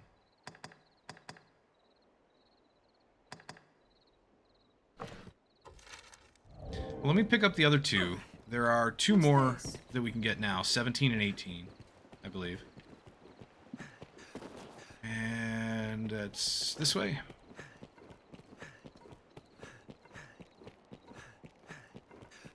There's a lot to explore in Grand Soren. It's actually kind of fun. Speak to any pawn and they will gladly join your service, Arisen. I like how complex Grand Soren is. With all the different areas that you can go. You can get on top of the battlements. You can get into a lot of the towers. You can't enter a ton of buildings, but there are quite a few. Ooh. I like you. Hello. I like your armor set. Lana at level 22. Lana, what are your stats? Fighter rank 8. Okay, strength 313. Okay defenses. Man, she's okay. She looks cool. I kind of like her look. Can I help you? Can I bid you for... I don't know if how she ranks up according to or compared to Arya here. Let's see. Stats wise, she might be a little bit better. Yeah, we'll keep Arya. Yeah, you always find something new? Yeah. Yeah, it feels like. I know. Especially first playthrough, you just keep getting surprised with different routes that you can take and such. I know. And you can get lost. You can kind of get lost in Grand Soren as well. It's fun. I like it. I really like it. Quests. Let's see. 17 and 18, where are they? Okay, they are not in the Everfall, seemingly.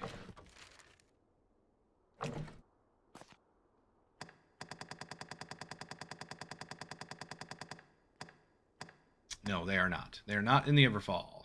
Gotcha. They're in a cave system, I think, that essentially has an entrance and exit here. It's like, I think it's the same cave system.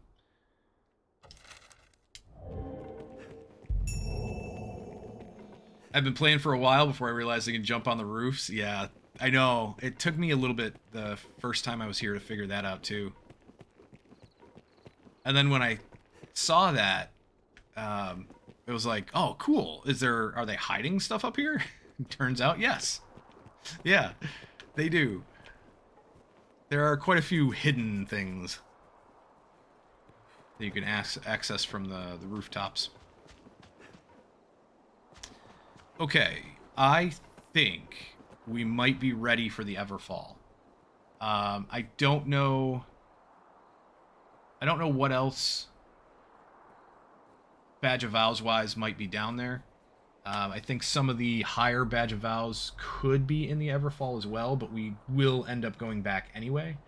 I don't want to miss any of them, which is why I was trying to get some of them done. I thought there was more than one that we could get now. Maybe not. Maybe number 13 is the only one.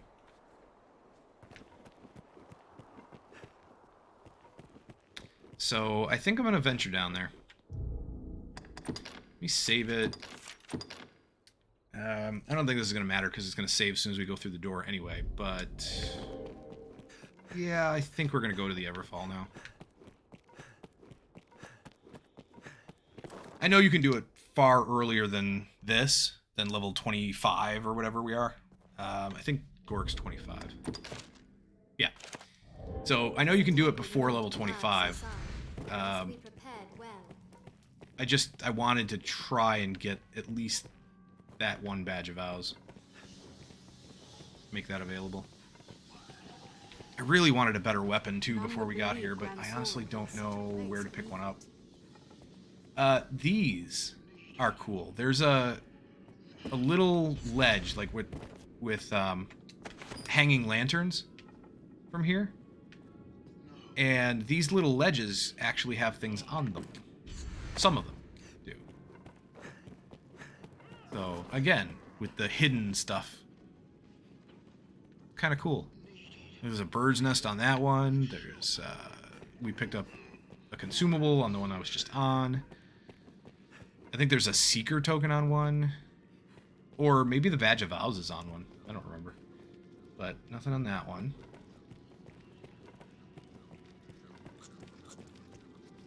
Doesn't seem like there's anything on that one. Spider!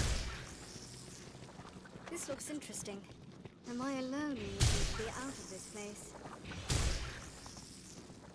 What's this? Nothing on that one. Oh, go away.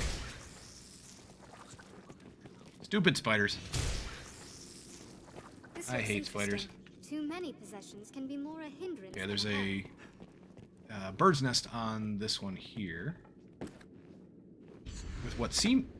Ooh, don't fall. Please don't fall. You're gonna die. Golden egg, yes. Very cool. I definitely want to put that away. I don't want that to rot. In fact, honestly, I might go back up and put it away before we go too much further. Because I don't remember... This looks interesting. I don't remember how valuable... Ooh, there we go. We finished the bat quest. I don't remember how valuable golden eggs are, or what they're used for, or if there was a quest for them. I just do not recall.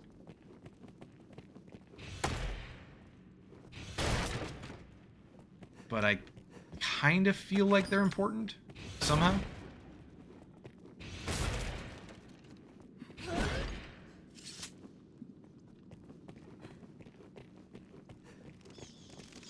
Let's not go down too much further.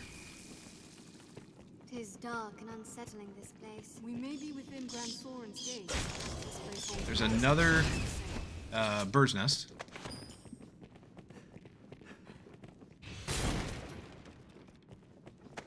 Another bird's nest coming up right here. Yeah. I don't think this one has golden eggs, though. Nope.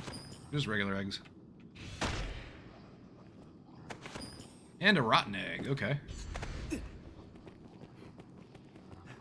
Do not want to fall down there. What is that? And undead. Combustion.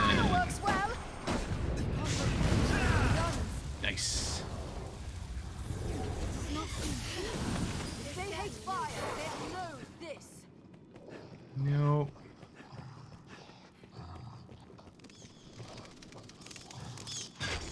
Ah. Hita's vocation rank has increased. Yay. Good. Actually, I can get her some more spells. That would be really nice. Because right now, she's kind of a basic sorcerer.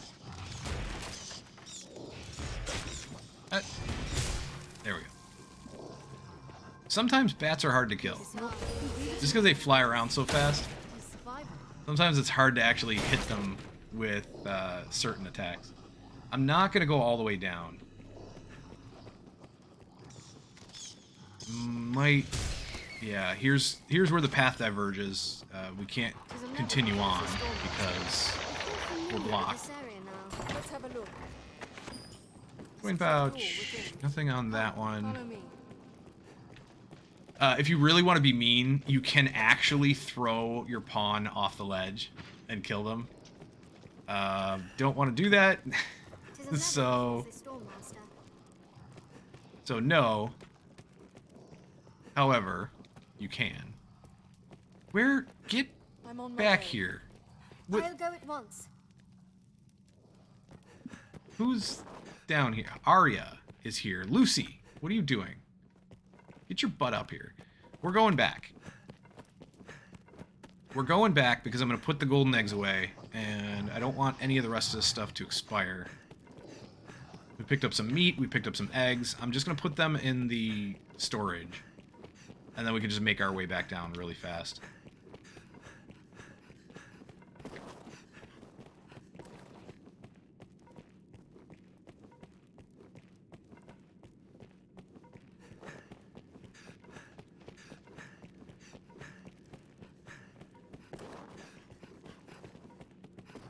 It's a long way down.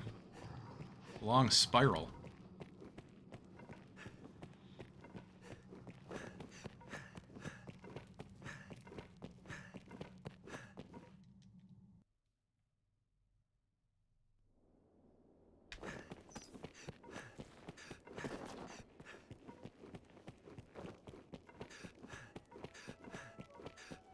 Okay. Give me my storage. Let's put a bunch of stuff away. You can summon pawns as necessity demands here at the pawn guild. How fair you. I'm pretty sure we just don't have access to any better gear at the moment, so kind of stuck with what we have. No other quests, just the one escort mission. This last year, Grant, have your pick. What will it be today? Deposit. Golden eggs, yes. Put those away.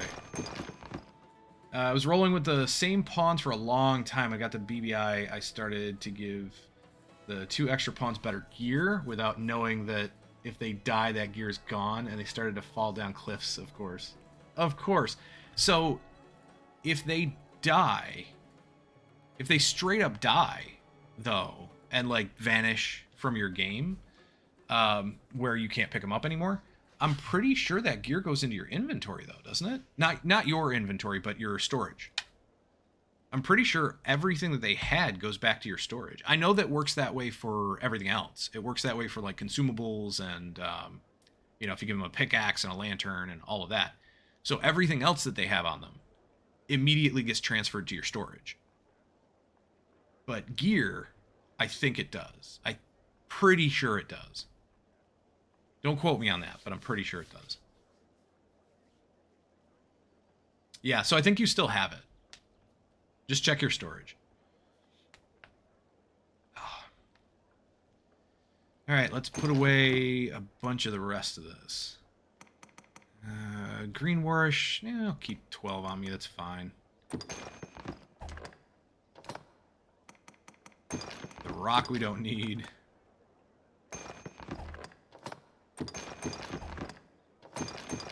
Put those away.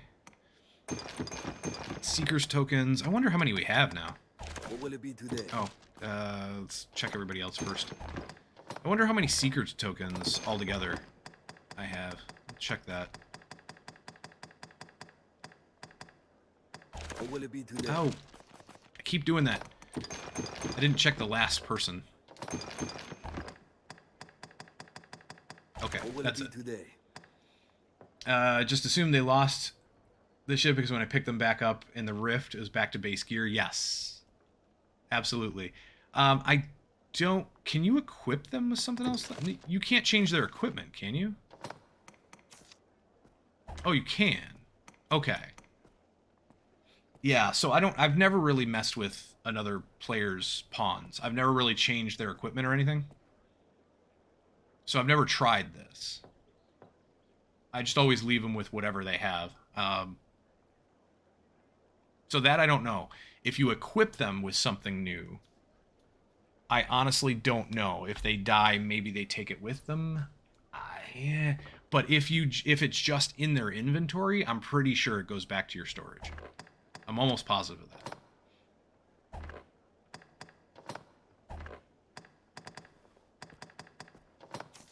It's interesting, though, because you certainly can't take their stuff, which is fine. I just wonder if that would be a way of giving someone something. I don't know that it is. Oh, this is... So it says on the bottom left-hand side, this is kind of neat. It says, removing this equipment will send it away. You will not be able to re-equip it. So that's cool. Because... Oh, here you go. I've never tried this. I never noticed this. In the bottom left-hand side, this is what it says. It actually says, equipping weapons and armor to a support pawn will gift it to that pawn's creator. There you go. That's the answer to that one right there. If they're just carrying around in their inventory, then it goes back to your storage. But apparently, I have never changed another person's pawn's equipment. So this is something that I just never really paid attention to. Yeah, if you equip them with something else, it gifts it to them. That's interesting. That's kind of a neat way to gift somebody something. Like, for example... I could, that actually makes me want to do this. I could take, we have our pawn here, PETA, that I created on this character. I could go back to my other account and hire this PETA and then equip her with some really good stuff that I've had Dragon Forged and then send her back and gift her a bunch of Dragon Forge gear.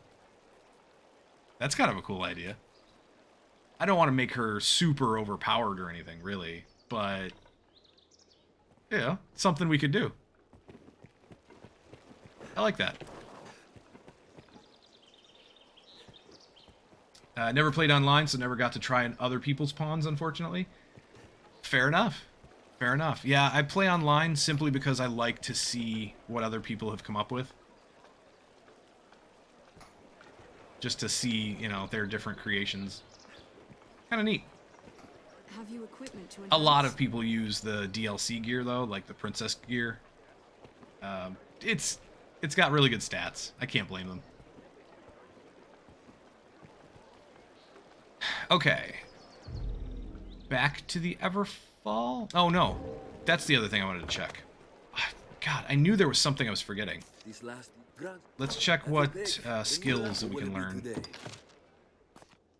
PETA! What can you learn? Do we want to give her miasma? I don't know. Miasma? Lassitude? I don't know.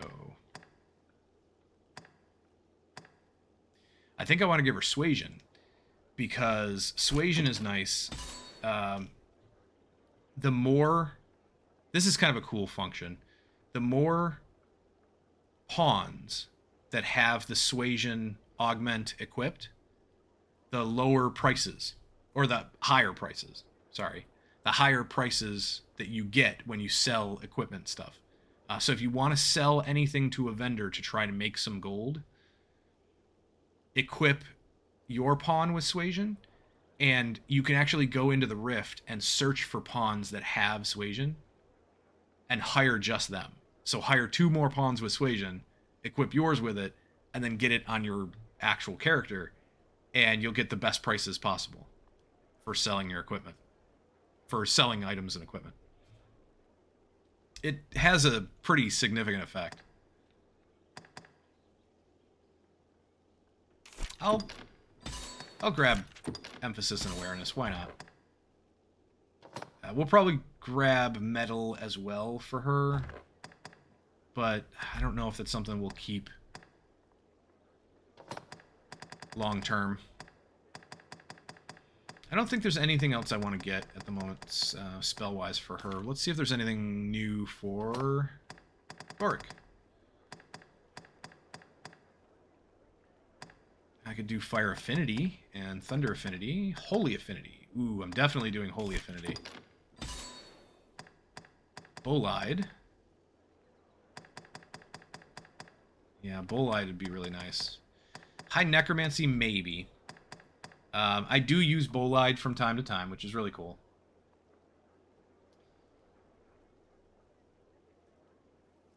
Me too, but I want to. My console can never connect to the Wi-Fi. That's fine. Yeah, I get it. I can understand that. It'd be cool if you could co-op with other players as well. I agree. That would be really neat. Let's see. What else do I want to get? I do want to get High Miasma for my character. I don't know if I want to get it for the pawn. Maybe. I'm not sure, but I want to get it for my character. Ooh, Focus Bolt. That's a no-brainer.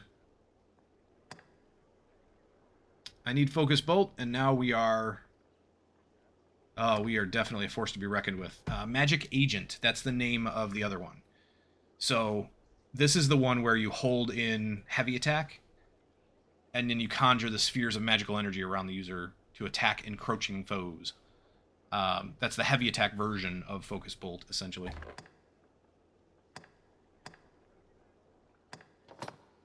Yeah, I might get this just to play around with it, but that would leave me with 1,800. With 1,800, I can get one of the affinities, Fire Affinity, Thunder, or I could get High Miasma.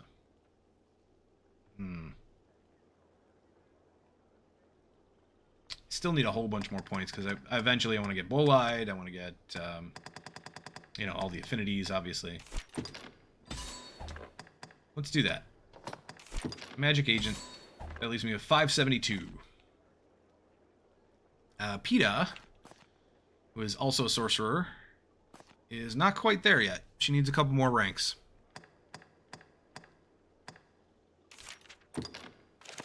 Let's change our skills.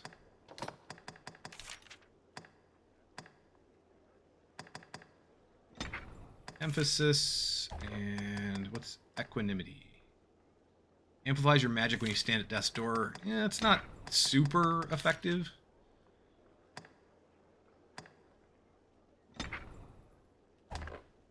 Yeah, I'm not too worried about that one. Okay, what about... Actually, she has miasma equipped. I might as well give her... Might as well give her the upgraded version. Why not?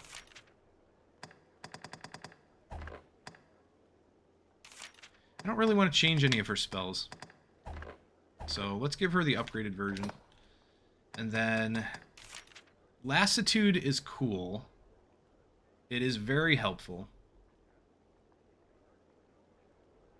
But I think I'm going to go with Holy Affinity, Miasma, and Lassitude. Although I'll put Lassitude... Oops, I'll put Lassitude up top. And then Miasma here. There we go. Lassitude can be very helpful for, especially for certain enemies. Slows them down quite a bit. Yeah, I think that's what we're going to run with for now.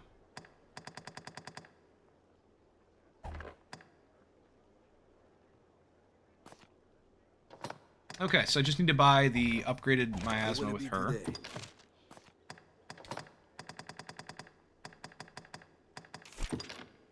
There we go. And we're good to go. Perfect. Back to the Everfall.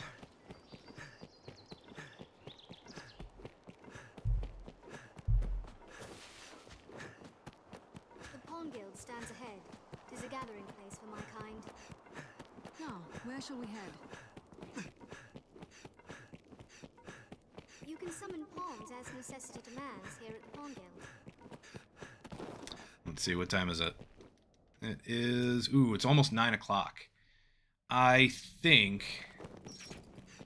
Instead of getting too much further into the Everfall now, I think I'm going to call it. So, I'm going to run down to where we ended up. And we'll probably call it there. I didn't want to... I actually wanted to stop earlier than this, but I started late. Started much later than I had anticipated. So I am streaming a little later than I anticipated. I need to get something to eat. I do need to do a little bit of a workout, and then get some rest and get to bed eventually. I mean, I'm going to be up for a while. Don't get me wrong. It's not like I'm going to bed in like an hour or two, but I just don't want to be up too late tonight. Tomorrow is generally my day off of streaming, but I have not decided yet. Streams have been erratic lately, and I will say that, unfortunately, streams have been erratic lately. They're going to stay erratic for just a little while, at least a little while longer, until I can figure out what I'm doing.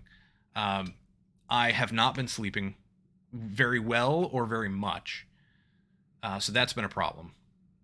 I have not been taking as good a care of myself as I should, and I've been dealing with some stuff. I've been kind of in a dark place, you know, from time to time, and just there's been a lot going on. So streams have been erratic, and for that I apologize, because it really is hard to follow. It's hard to join the stream and watch the stream when it's not regular, when it's not at the same time every day, and all of that. And when sometimes I'm gone for a day because I just can't stream that day. But I'm going to try to get back more into a regular thing. I just can't nail it down right now. I'm doing a little bit of experimentation to figure out what works for me as far as sleeping goes. I need to get that back on track. That's the first and most important thing at the moment. And as soon as I can figure out my sleep schedule and how to get that back on track, I'll start to get back on track with regular streams. But as it stands, I'm trying to do just about every day, almost every day. Streaming every day except Mondays usually. I might stream tomorrow, just depends on what I've got going on and how I feel. But generally that's my day off. So other than that, I will see you guys back on Tuesday, hopefully, for some more XCOM. We're going to play some more XCOM Long War and try to continue that campaign. We're going to get into, hopefully, get into a base assault. So that'll be fun. That'll be awesome. Other than that, thank you for being here. Greatly appreciate it. Not going to raid anybody today. So I'm just going to let you go here.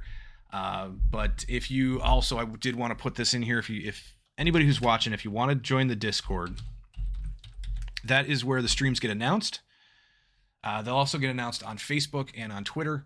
So you can join there. It's Goric Gaming pretty much everywhere. I think that was about it. So thank you for being here. Gonzalez, awesome to have you here. Much appreciated. And for everybody else that has been on the stream, Josh, if you're still here, I hope you're getting some really good rest. And I will see you guys in the next video. I hope you have a great day or a great night, whatever it is. I'll see you soon.